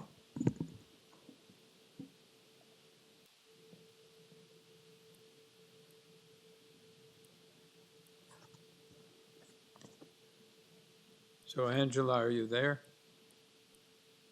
All right, let's move on to Lisa Lay. If we get back to, if Angela comes on, let us know. Can you hear me? Yes? Hello? Can we have your name and address for the record, please? Oh, sure. Good afternoon, Mr. Chairman and the panel. My name is Lisa Lai, and my address is 98 Dragon Avenue, and just opposite directly opposite to the house. Okay. When I see the sign outside of my house, I stop. Okay, and the house was just newly renovated. Okay. and then now they want to severely into two separate building, and it also break all the bylaw variance, and then make it bigger, and then shorter frontage, and and then the unique on our street is we only have one sidewalk, okay, and there are three schools, actually 3 or 4 schools around our neighborhood, and a lot of every morning a lot of students walking around on the sidewalk, okay, and then like now the new proposal will have a shorter frontage, and I found it will be very dangerous for the students to walk around to the school, like if the cars back up, you know, and I think like for the proposal we'll have 4 garage, and then maybe a lot of traffic there, okay, and and also one of the very it'll have a bigger balcony, okay, and then I think it will invade other people's privacy.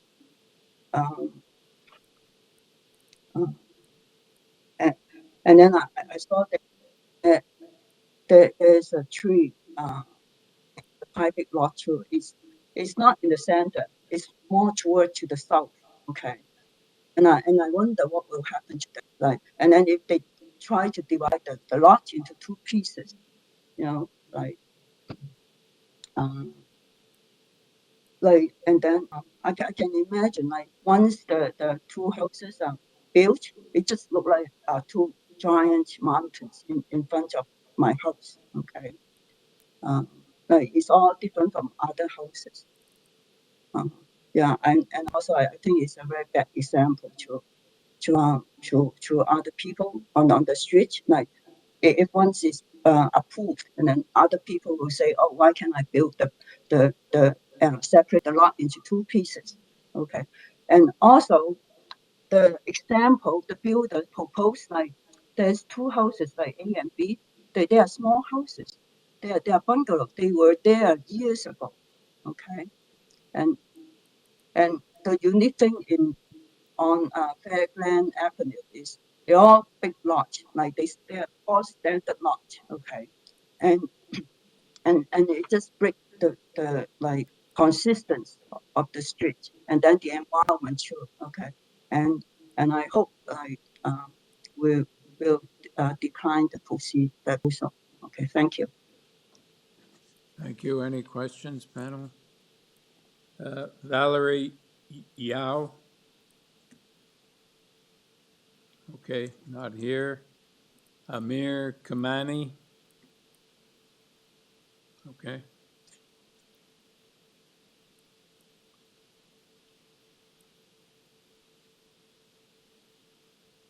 Amir, are you with us?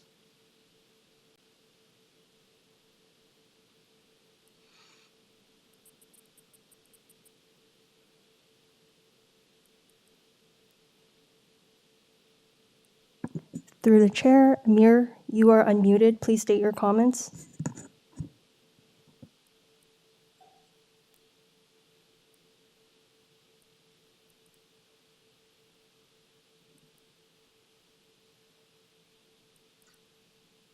Let's go to the next person, Camilla Zavaglia.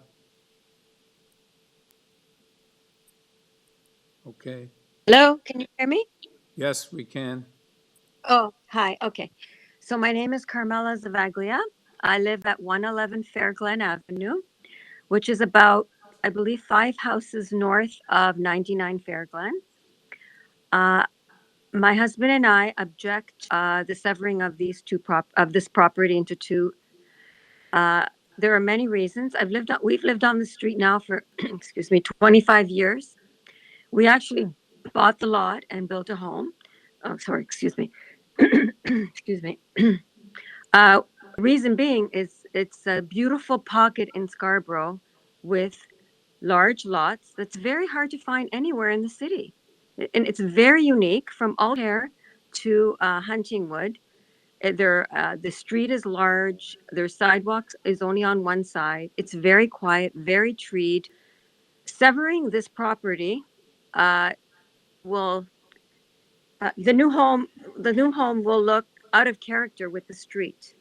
Most of us bought on this little pocket because it is unique, and we love the character of the street. Like I said, it's large. They're large lots. They're treed. And obviously, my fear will be that this will set a precedent. It sends a signal to investors that you could buy on our little pocket and double your money, more or less, and put 2 homes on your property. So that's why I'm objecting. Okay, thank you. Any questions, panel? Anno Nazarian?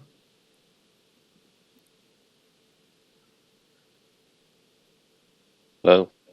Hello. Can we have your name and address for the record? Yeah, I'm Anon Nazarian, 109 Fairglen. Yes. Can we have? 109 Fairglen. We bought the property around 2 years ago. There was an old house. We demolished it, and we are building a new house there.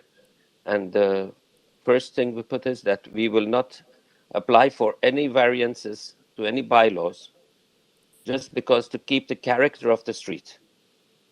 And the house we are building, we have tried to keep it as accommodating to the street as possible. That's one. And also are building it to the highest standard in the sense of energy consumption, including solar panels. The same is being done just opposite our house. The house which is being built is also the same, and we are concerned with the energy and all that. The thing is that if this new built comes, which 2 lots in the same area, it will completely change. I mean, if you go from the beginning of the street to the end of the street, you'll find that each house is the way it's built. It's the frontage, the frontage to the street, and the what you call. I mean, basically the character of the street will completely change. Yes, there is in the street behind. They have divided the lots into 2, and first one, and then the next thing you find that around 10 of the lots have been divided the same way. So that is what we are afraid. I mean, the same thing will happen to this street. And we just moved into the street just because of that lot frontage size, you know. And that's our concern, that we think it will be a precedent for future developers to come in. And I'm sure the people who bought the street, who bought this building just not even a year and a half ago, have that in mind, you know. So that's my objection, basically. All right, thank you. Panel, any questions? All right, Stephanie Lynn.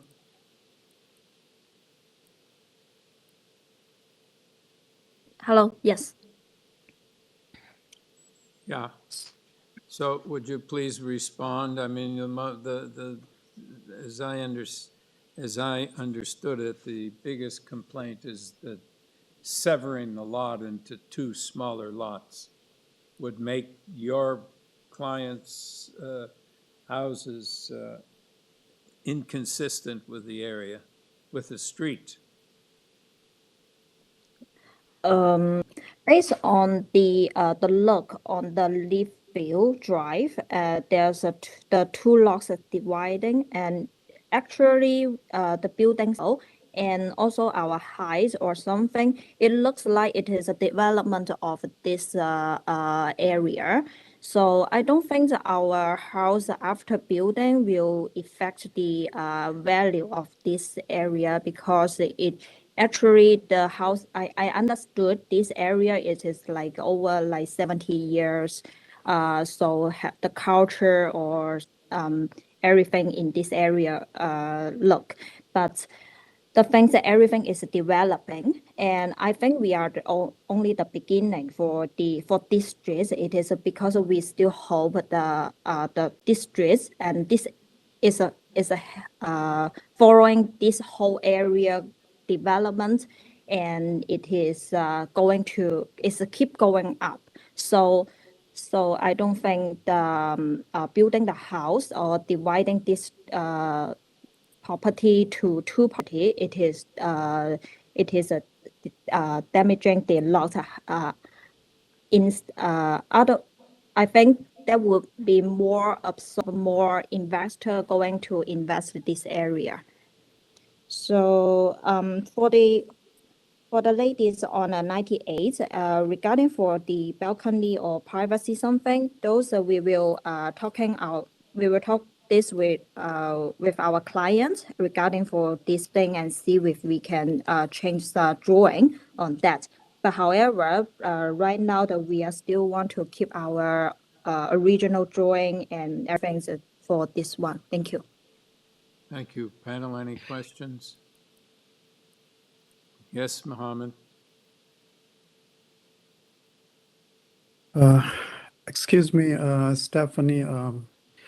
Respectfully, I will disagree with you on the comments that this development is going to add further values. Yes, you are right as far as the financial value is concerned.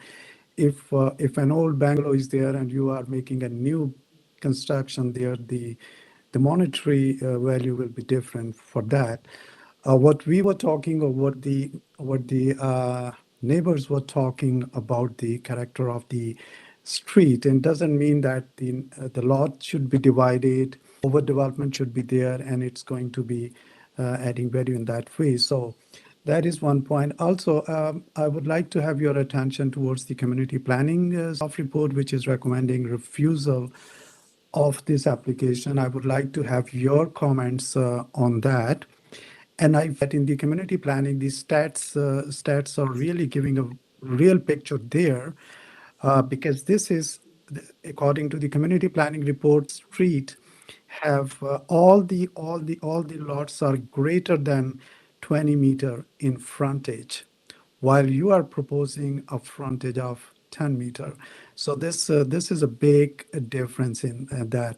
And even not talking about this particular street, if you talk about the other streets in and around, community planning report says that more than 177 lots they have surveyed, and the frontage is bigger than what you are proposing. So if this lot is divided with this frontage, this is going to be, again, Mr.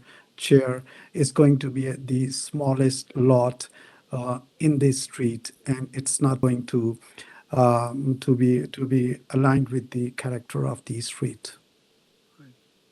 Any further questions or comments?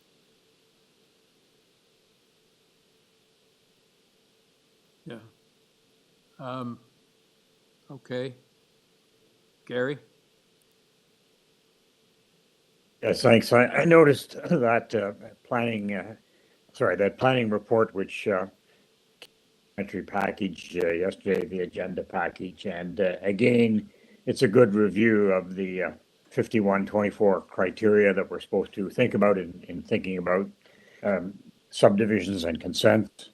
And certainly there's no need for a subdivision here, but and the criteria is set out, and I have to agree with the planner's opinion on this one, that unfortunately, it's like some of the other consent applications we face today. So I personally, I can't report it. I can't respond. Getting a little tired in the afternoon. I can't support the project, and I would vote for refusal. All right. So any further comments? We have a motion. Gary, did you want to make a motion? Yes, Mr. Chair. Connection with this item 23 on Fairglen Avenue, I would move refusal of the severance action, and therefore the variance applications would fall away. All right. Thank you. Do we have a seconder? Yes, Ann. All right, all in favor of a refusal? Your application's refused. Thank you. Number 24, 2657, 2659 Midland Avenue. Yaso Som Elingam. Yes, Mr. Chairman, my name is Yaso Somalingam. I'm the authorized agent on this application. I live at 850 Tapscott Road, Unit 51, Scarborough, Ontario. Okay, can we have your presentation, sir, because we have some opposition. Okay, I have one little technical issue here. We just got this afternoon. We got we found out that the notices were sent is wrong, especially on the existing lot variances. So we had a quick email chat with the staff at the planning department, Catherine, and it's confirmed. So we had to reissue the notices to send to neighbors, and then therefore I would like to ask for a deferral for the next meeting. Okay. This is for the existing lot variances. It's not for consent? The consent, to do the consent, I think I had to get the variances approved on the existing lot. So unfortunately that we submitted the zoning notices for the existing lot as well as a newly created lot. So when it was sent to notices to the public, some of the both variances were identical, which is not. So the same variance for the new lot were copied to the existing lot and then sent by mistakenly. So we had to resend the notices to the public, and then I believe we had to send the notices to the public again because that variance, if that variance is not approved, that the lot cannot be created. Okay, thank you. Panel, do we have a motion for deferral? Ann? I think you're muted, Ann. Sure, I'd make a motion at this point for a copy as well, but certainly we can't proceed on an application that doesn't have an appropriate notice. So I accept the applicant's request for a deferral, and that would be a deferral sine die. All right, do we have a? I request for the next meeting, please. Yeah, next meeting. Mr. Chairman, I think we're safer at doing it as the deferral sine die.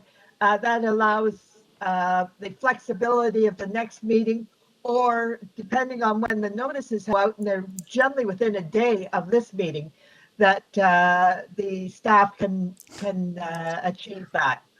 I think I'm going to defer to Colin. Colin, how much time do we need? We're good. We're good. So my suggestion would be defer to the June 2nd hearing to ensure proper public notice is issued for these applications. So Ann, Colin says they can get the notice out in time for the next meeting. Okay, I know staff are pretty good at turning around these applications, so I will recommend deferral to the June 2nd meeting. All right, thank you. Seconder?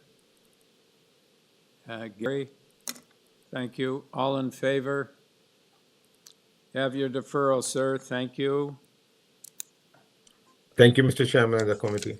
Okay, now we go to number 27, 7 Ferncroft Drive.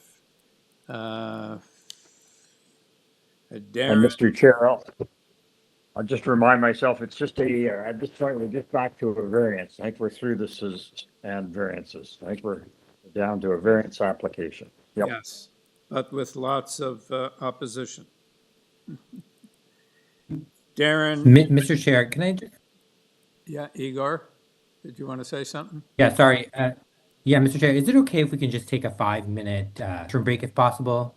Only because we have 4 speakers on this. I know it's the last item, but depending if it could get a bit long, if that's okay.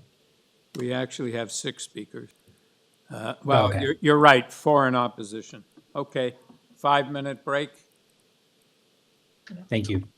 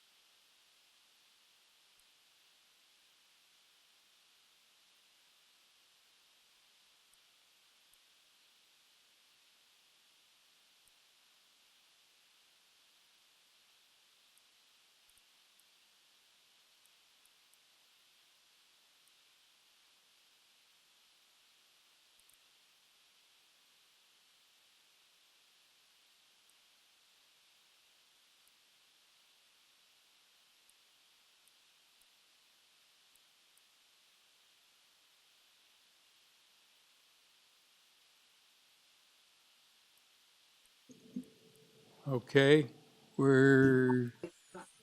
is Ann here? No. Adjudicate. Okay, well, we have a quorum. We can start. I'm sure she's going to be here any second. Darren Immels.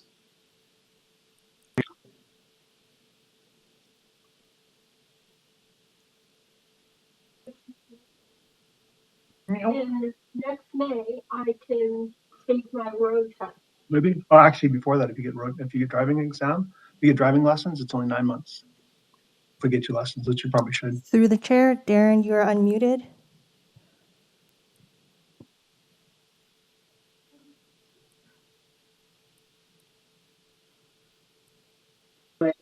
Yeah. You weren't muted. Yeah. Through the chair, Darren, Okay. you are unmuted. Please state your comments. Did anyone hear you? Yeah, I got it. Yeah. So That's fine. are you going to speak? Hello? Are you going to speak, Mr. Immels? Or is your agent going to speak?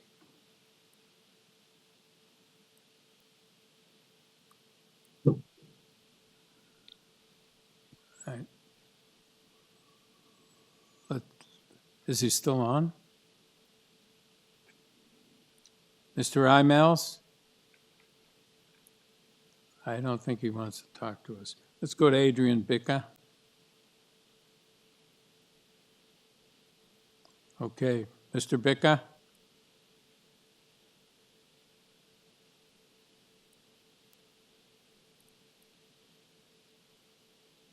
Through the chair, Adrian, you're unmuted. Please state your comments.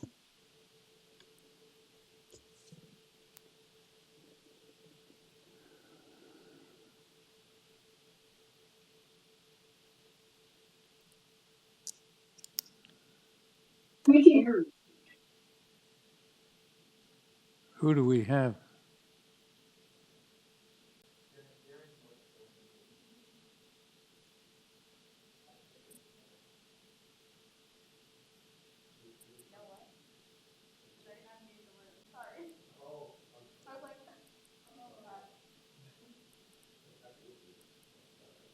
You mean they couldn't hear us? All right, Darren Immels. Yeah, Darren Emos here, and resident of 7 Ferncroft. Okay, so are you going to speak on this matter, or Mr. Bicca? I am, yes. I will speak, and Adrian Bicca is my architect, and he will be there as reference if required. Okay, you go ahead. You got 5 minutes. Sounds good. Okay, so a little bit of background story. Spent a lot of time looking for this particular house in a neighborhood like this. Did a lot of research.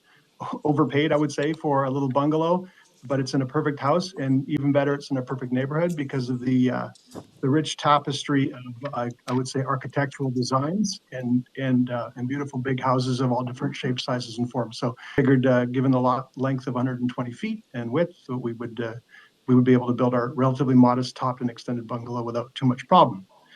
So I do have a presentation that I uploaded. If somebody could have that ready, I need to go directly to slide number 7 and do a quick walkthrough of our neighborhood. Just so everybody has a really good grasp of what it looks like.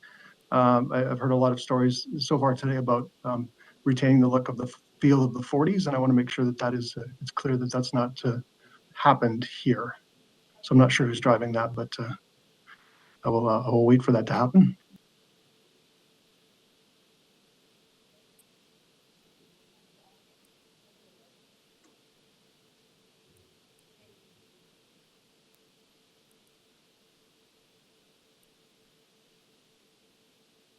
Yeah, slide 7, page 7, please. Some of this is out of date because we have made some adjustments. Okay, just starting here, we can quickly walk through one house very, very close to us around the corner. Next slide, please. Next house, you can see just a little bit further, 2 houses side by side. Next slide, please. More houses, just another bit down the road. Notice the distance between the houses. Next slide. There we go. Next slide. Next slide. This actually, I have no data on that one, but if you look back at that blue house, that was a bit of a something we planned around. See how this house fits nicely into this property and looks great. Next slide, please. Next. I'll go through a summary of all of the highlighted areas shortly. Next slide. This is a great slide. This is 19 Ferncroft, recently passed by the committee with no objections. I don't think any objection letters, with a 0.718 FSI, a 0.0 setback for eaves, and a coverage of with the same 204 square meters or 0.6 times coverage. Next slide, please. This is what I see when I look to the right from my house. This doesn't look like the 40s at all. So this is a beautiful house, but just to show you the dynamic builds and architectural designs we have in the neighborhood. Next slide, please.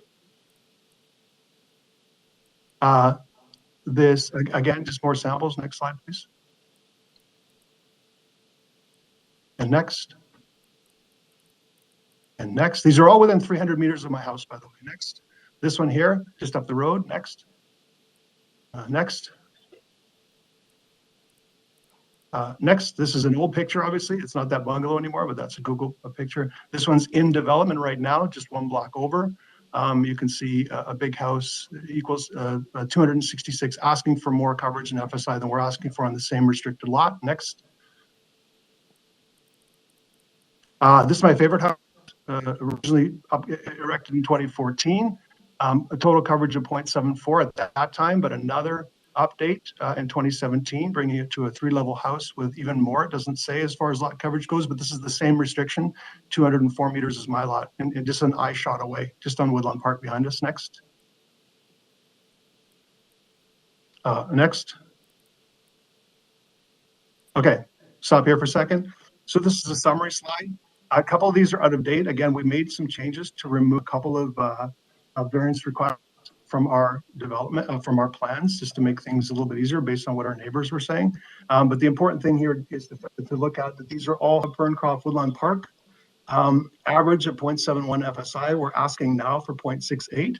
0.68, including our garage, which we'll not be living in. It's not a heated space. It's just a little bit narrow to be called a garage. We'll have a collector car that's being stored in there. But specifically, you look at 22 Hunt Club, 259.1 with allowable of 204 FSI. That's greater than 0.68, which is our ask. And if you look at 26 Woodlawn Park, 266, when 204 is allowed, which is also greater than 0.68. And again, 16 Woodlawn Park at 288, which is far greater than 2.68. I don't have on this slide is lot coverage. 19 Ferncroft, we talked about 4 houses up from me, 40.5% lot coverage, 0.0 on the eaves troughs on one side, 0.024 on the other. The other lot, it's the same 22 Hunt Club, same lot size, 38.7% coverage. 28 Ferncroft, 2.5 centimeters, so less than we're asking for eaves trough. And then 26 Woodlawn Park, 36.71% coverage, and 16 Woodlawn Park, 42% coverage, 21 Woodlawn Park, 22 Ferncroft, 38% coverage. So your time is up, sir. Can you just wrap up, please? Yeah, exactly. Just wanted to thank you, all of the people. My wife and my older daughter went out to canvass the neighborhood. We are strangers to the neighborhood. It's a new house to us. We managed to have 21 people sign our letter of support with a drawing and all of the numbers on the back side. The house to our left, 5 Ferncroft, just signed a letter of support that was actually came in the evening of the 29th, so you didn't see it. You may see some opposition to this and quite a bit, but there's actually more support from the community than opposition. And thank you for your time. All right, thank you. Any questions, panel? Okay. Leslie Nickel? Well, he said he wasn't going to speak except in some technical support. So is he on the line? Okay, let's just query him about whether he's going to speak. Mr. Bicca? Through the chair, and you are unmuted.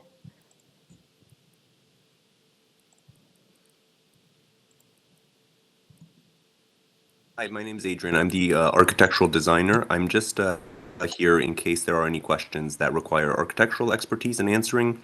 I don't have anything to add in addition to Darren's presentation. Thank you. Thank you. Leslie Nicol?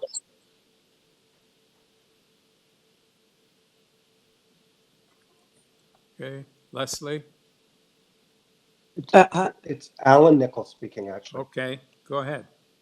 Can we have your name Hey, and your address for the record? Yes, I'm Alan Nichol, and I reside at 9 Ferncroft Drive. Good afternoon. I'd like to thank the committee for the opportunity to present my objections to the application at 7 Ferncroft. My comments will be as brief as possible and comprised of 3 key points, precise about my objections and accurate in my statement.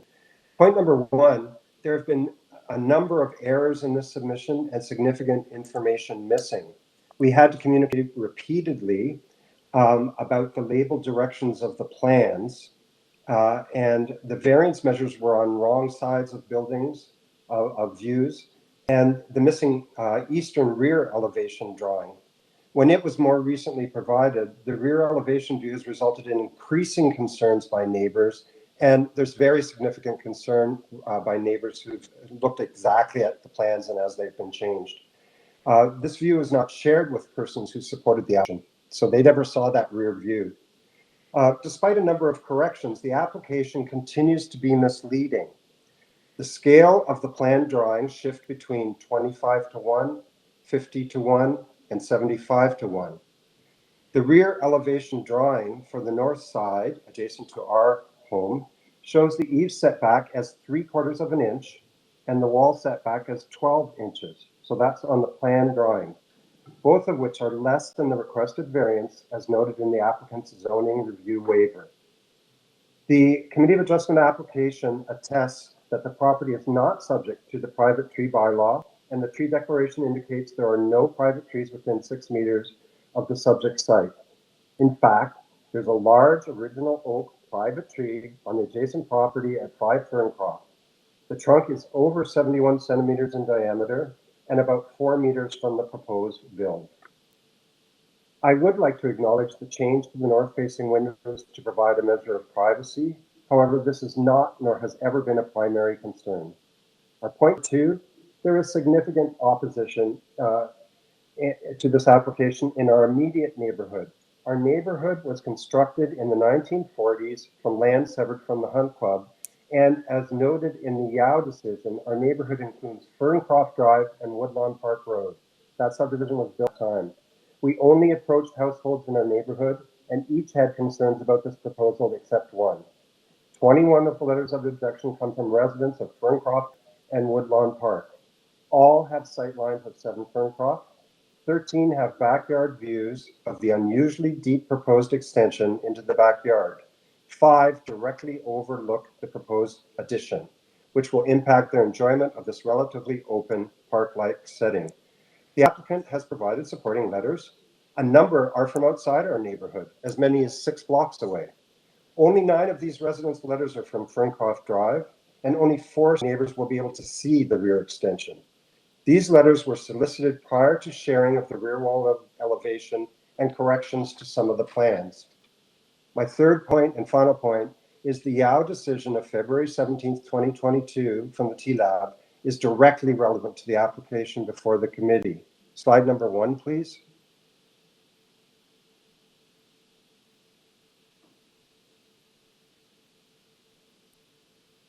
Slide number 1, please. There it is. This picture is from the Yao decision and shows the particularly uniform rear wall lines in the immediate neighborhood of Woodland Park and the adjoining yards of Ferncroft Drive. There are 21 properties on the east side of Ferncroft Drive. The properties form a uniform rear wall line. Slide 2, please.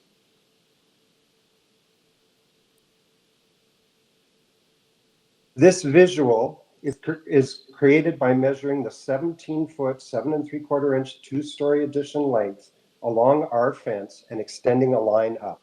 It shows where a 2-story addition was built. Slide 3, please.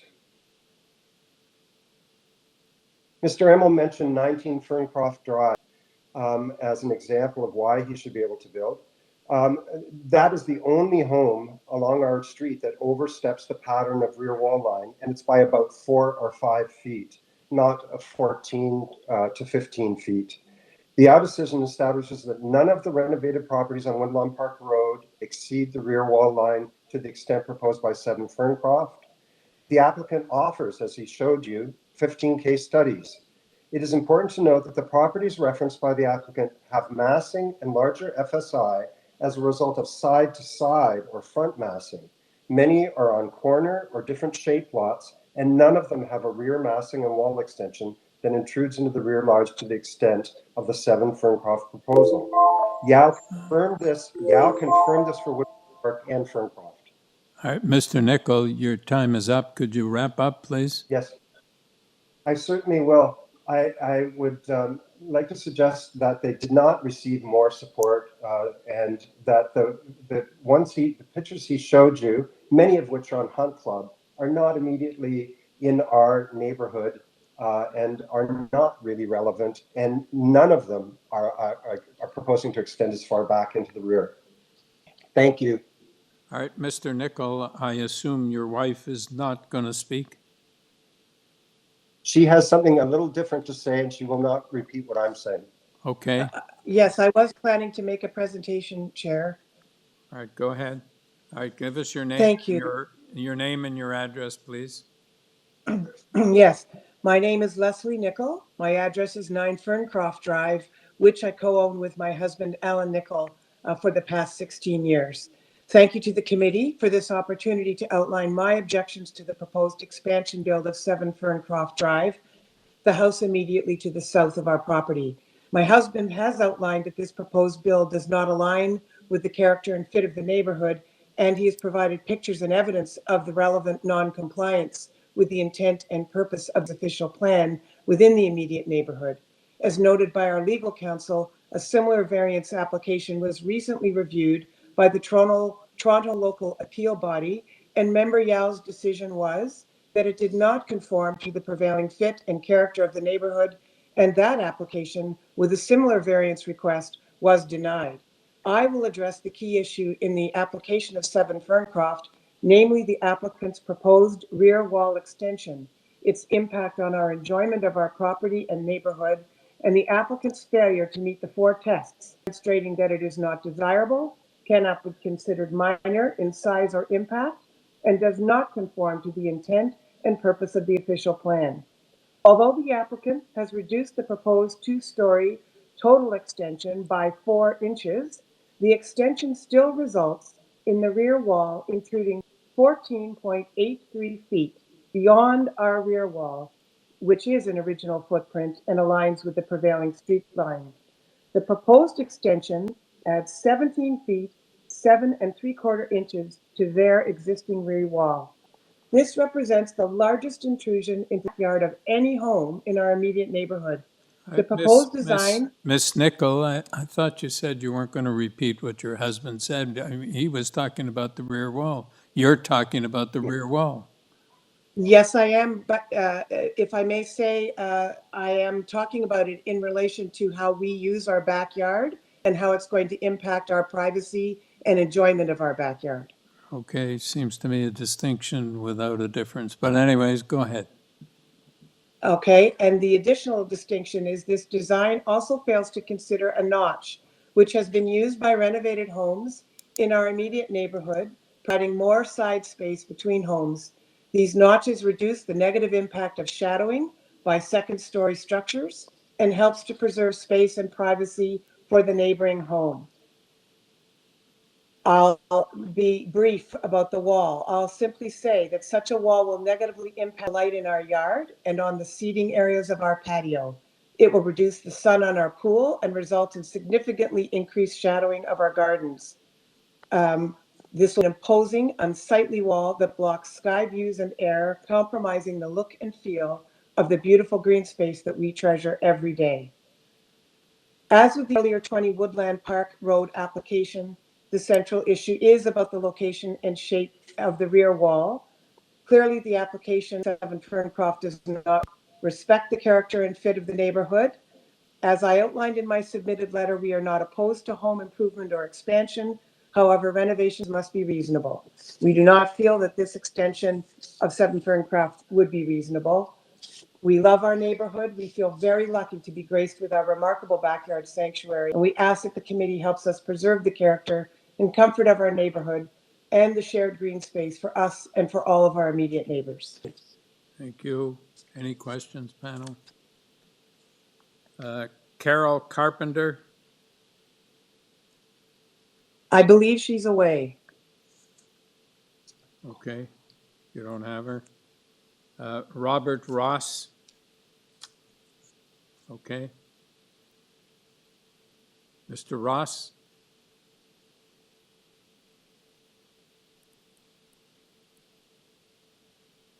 Through the chair, Robert, you are unmuted. Please state your comments.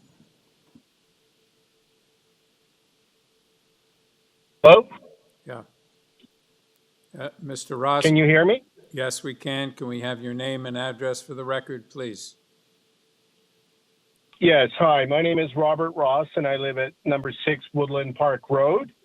Right. And I'm the direct backyard neighbor to number 7 Woodland, Ferncroft. Okay. Can we have your comments, please? You know, just to echo everything by the Nichols, obviously it's not within the character and the sight lines that we enjoy right now. It's not within the character of the existing neighborhood. When I and my family moved there 15 years ago, you know, the landscape, the greenery, you know, was very important to raise our family. We enjoyed the backyard space. We also have a pool. Directly to the south of us, as this is previously an old part of the golf course from the Hunt Club, there are about 10 100-year-old oak trees that canopy our property. So during the course of the day, during the summer months, we get virtually no sunlight in and on our home throughout our backyard, and we only get to enjoy the evening sun. And I'm a little bit concerned about the health of some of the trees in the area. Directly beside them, number 5 has an oak tree that the Nichols had referred to. I think that will be somewhat impacted with this big build, and our privacy will be interfered with. When I Google, if you Google Earth it, unfortunately, I don't have technology with me right now. It's left work, but I had planned to show you a visual where you can see a large cluster of mature oak trees that shelter the whole neighborhood. And unfortunately, I don't think, you know, myself and my neighbors, we're going to have a significant loss of sunlight and privacy by this big build. I have no problem when Darren first approached me in the backyard with respect to people topping up their houses and improving, you know, the quality of life and the size of their home. But I think this is a little bit excessive if they're moving, you know, 14 to 17 feet from the rear wall. I've never seen anything as significant in this neighborhood being built. So those are the main points. You know, I show everything that the Nichol family had stated, so I don't, at this hour in the day, I don't want to drag it on much further than it needs to, but clearly with myself and a great deal of other neighbors opposing this build of this magnitude, I hope that the committee, you know, continues on the path that they have. As I was listening to most of your decisions today and trying to respect, you know, the character of the neighborhood. All right, so any questions? Other than that, I don't. All right, sir. Any questions, panel? Okay, let's go back to Darren Imus. Amos, yeah, thank you. And thank you for your input, neighbors. Let's start with Alan. Number 1, errors in submission. Yes, thank you. We recognize that. That's why we had to request a deferral. There was actually a missing. There was erroneous errors. It's the Committee of Adjustment reviews all of these to make sure they're accurate. They did catch some things and kind of pushed it back. So error on our part by resolved. but resolved. North-facing windows, I'm not sure if that has anything to do with today's conversation, other than the ones that are required. We have applied actually 0 of them to the extension, which actually gives you more privacy over your backyard rather than less. If we actually reduce the length of our house, we would see more of your backyard. As it's extended, we see less of it. Addition, I was the open green space talk. You have a 6.5-foot fence around 9 Ferncroft. If I'm 6.5 feet tall, if I'm standing in my backyard, I can't see anything to my north. So I don't think that we have open green space. Supporting letters outside of the neighborhood, average distance 174.5 meters. If you consider that a neighborhood, we have one at 650 meters, which was a friend. Sorry, you can remove that one. Everybody else are strangers within 174 meters. Yao's decision, this and that, I can go in if you would like to go. If we want to talk about a house that we're not talking about today, you can go to slide back to my presentation, slide 39, please.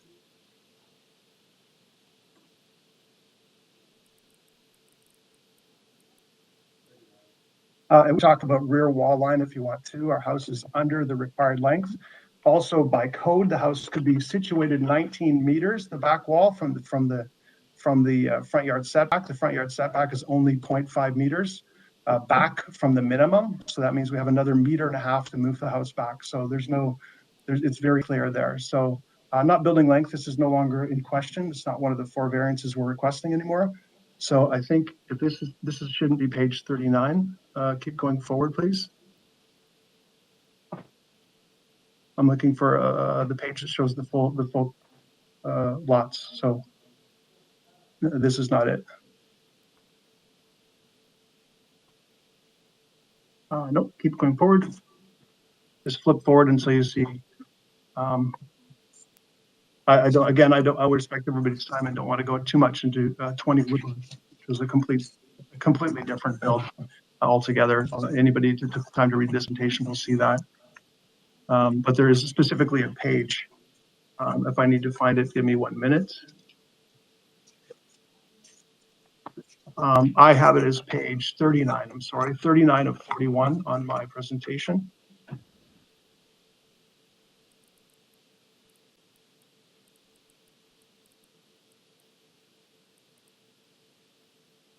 So we're at page, the summary page. If somebody could flip to page 39 of this same presentation. I'm not sure who's driving that, but that's what we need to be looking at.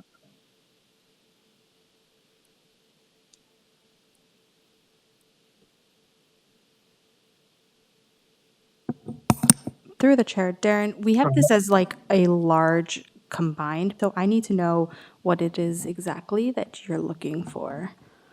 Oh, sorry, So as you see at the no top problem. here, I have it at, I believe, go now.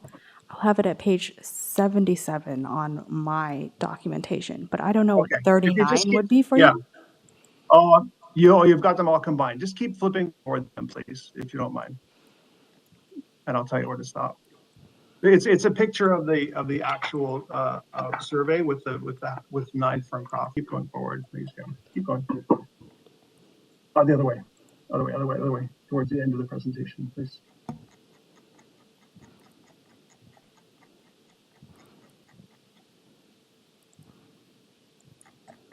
I think it's lagging. It's lagging a little bit on our side. I'm looking for. You'll see it's a picture of a survey with our property as well as our neighbor to the north at 9 Ferncroft, and some distances measured from the backyard wall of the property. It just seemed to be some lag here.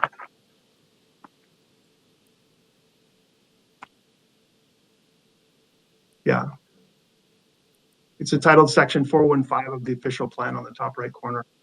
It has Alan's picture on the bottom left corner with not to scale, and it has a picture of the 2 properties side by side.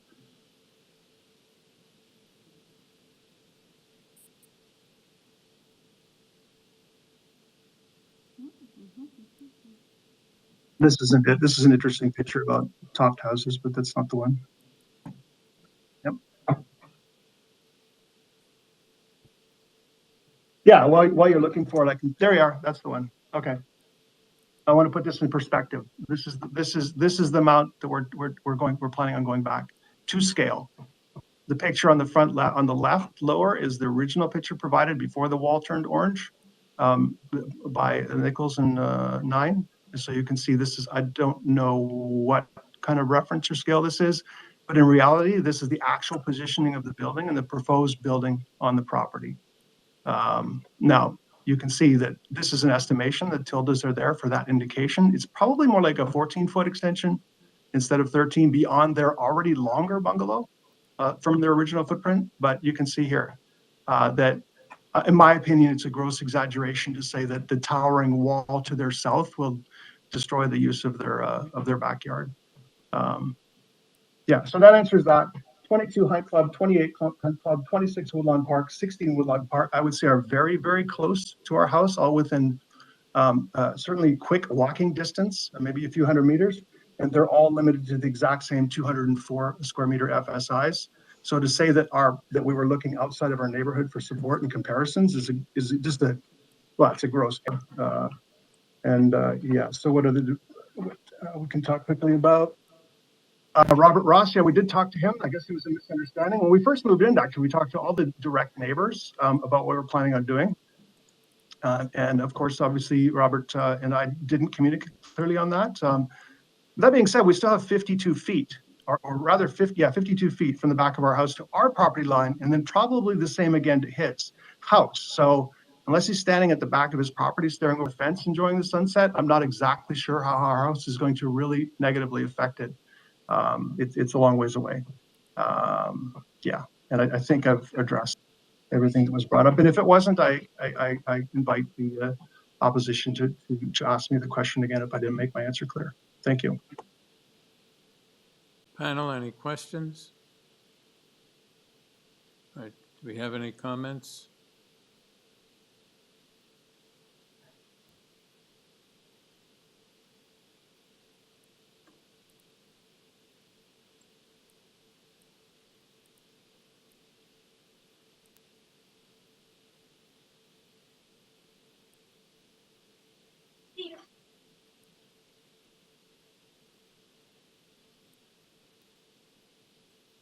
Okay, I note that there's, I mean, the main complaint I took out of this was that the house was too long, but there's no variance for length or depth. So they're building as of right with respect to the length or depth.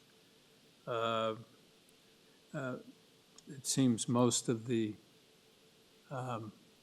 variances seem relatively modest.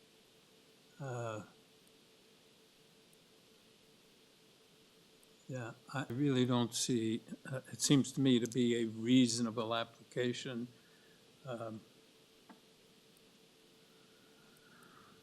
So I find it hard to understand why the neighbors are so up in arms. Yes, Ann? Mr. Chair, can you ask staff to put the variance notice up again? I can't participate and read the variance notice at the same time. I want to just refresh my mind. Thank you.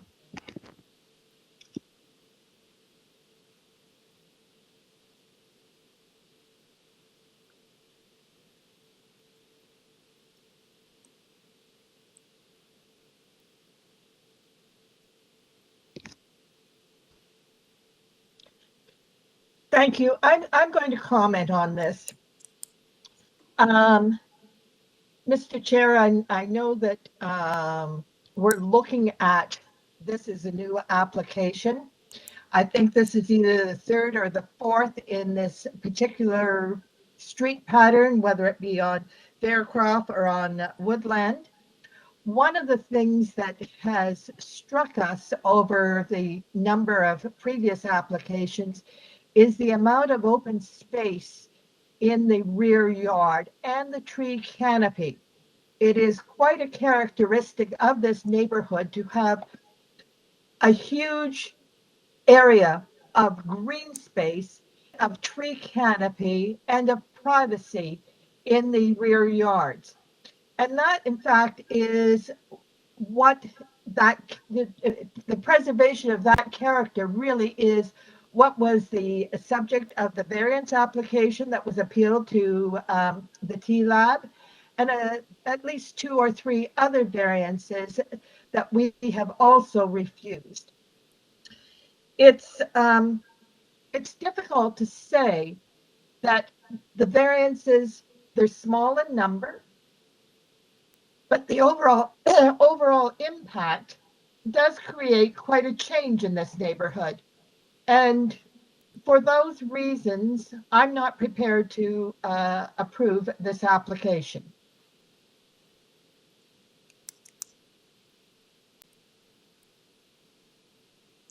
Yes, Gary.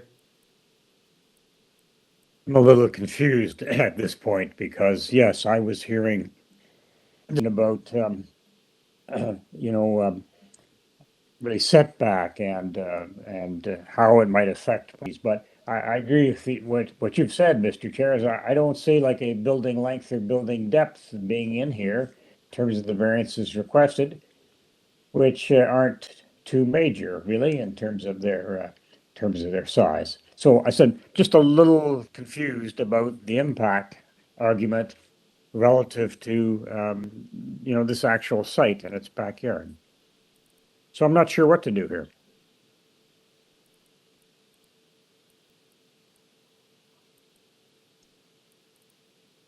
Yes, Ann? Perhaps we could take a look at the FSI that is requested versus what is permitted. I think it gives us an idea of the overall size.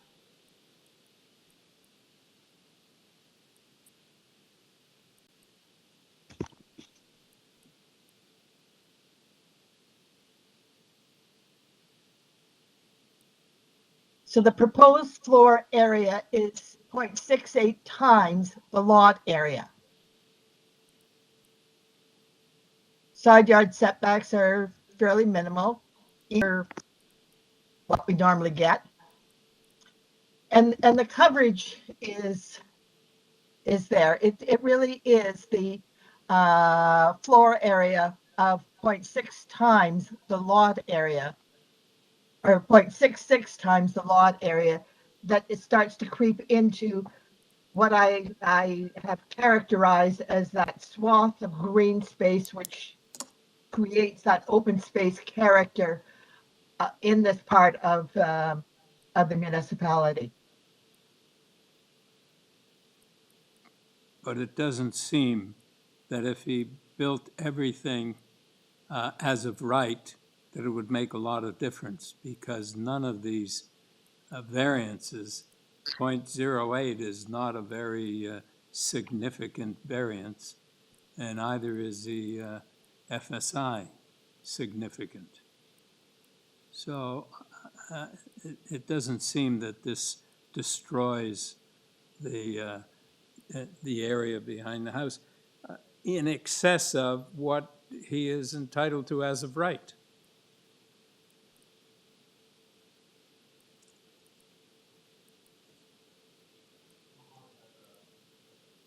Oh, Mohammed? Thank you, Mr. Chair. Just a comment on that.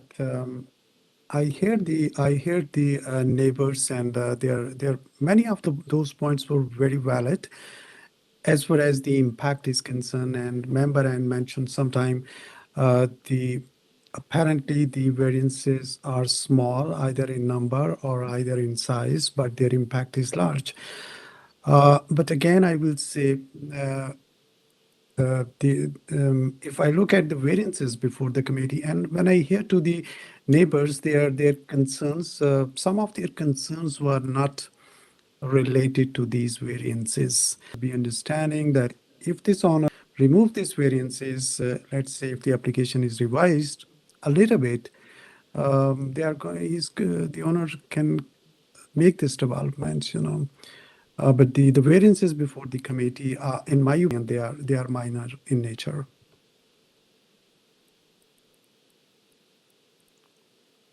So Igor, do you have any comments? Thank you, Mr. Chair. Nothing new to add beyond echoing your comments and the comments that were just made around the minor nature of the variances. All right. So can we have a motion Yes, Gary. Yes, Mr. Chair, I'm going to move approval of this application for variances on 7 Ferncroft Drive. I see no urban forestry conditions, so I think we have putting a motion forward to approve. All right, do we have a seconder? Yes, Mohammed. All in favor of the motion to approve? Yeah. Unanimously approved. Thank you. You have your approval, sir. That's the last application. We are now at 5:11 PM. Through the chair, just as information items, we do have, there, since the last hearing, there was one TLAB appeal that was filed for 70 Dunstall Crescent, consent, and 2 minor variance applications, which were refused by committee, and they were appealed by the owner. Since the last hearing, there was also a TLAB decision that was rendered for 21 Spall Court, a minor variance application. It was originally refused by the committee and appealed by the applicant. The appeal was refused and the decision of the committee is confirmed. Okay, thank you. So I just want to thank Dawn for chairing today and getting us through this agenda, which wasn't easy. Thanks very much. All right, thank you. I agree to that. Thank you for your help.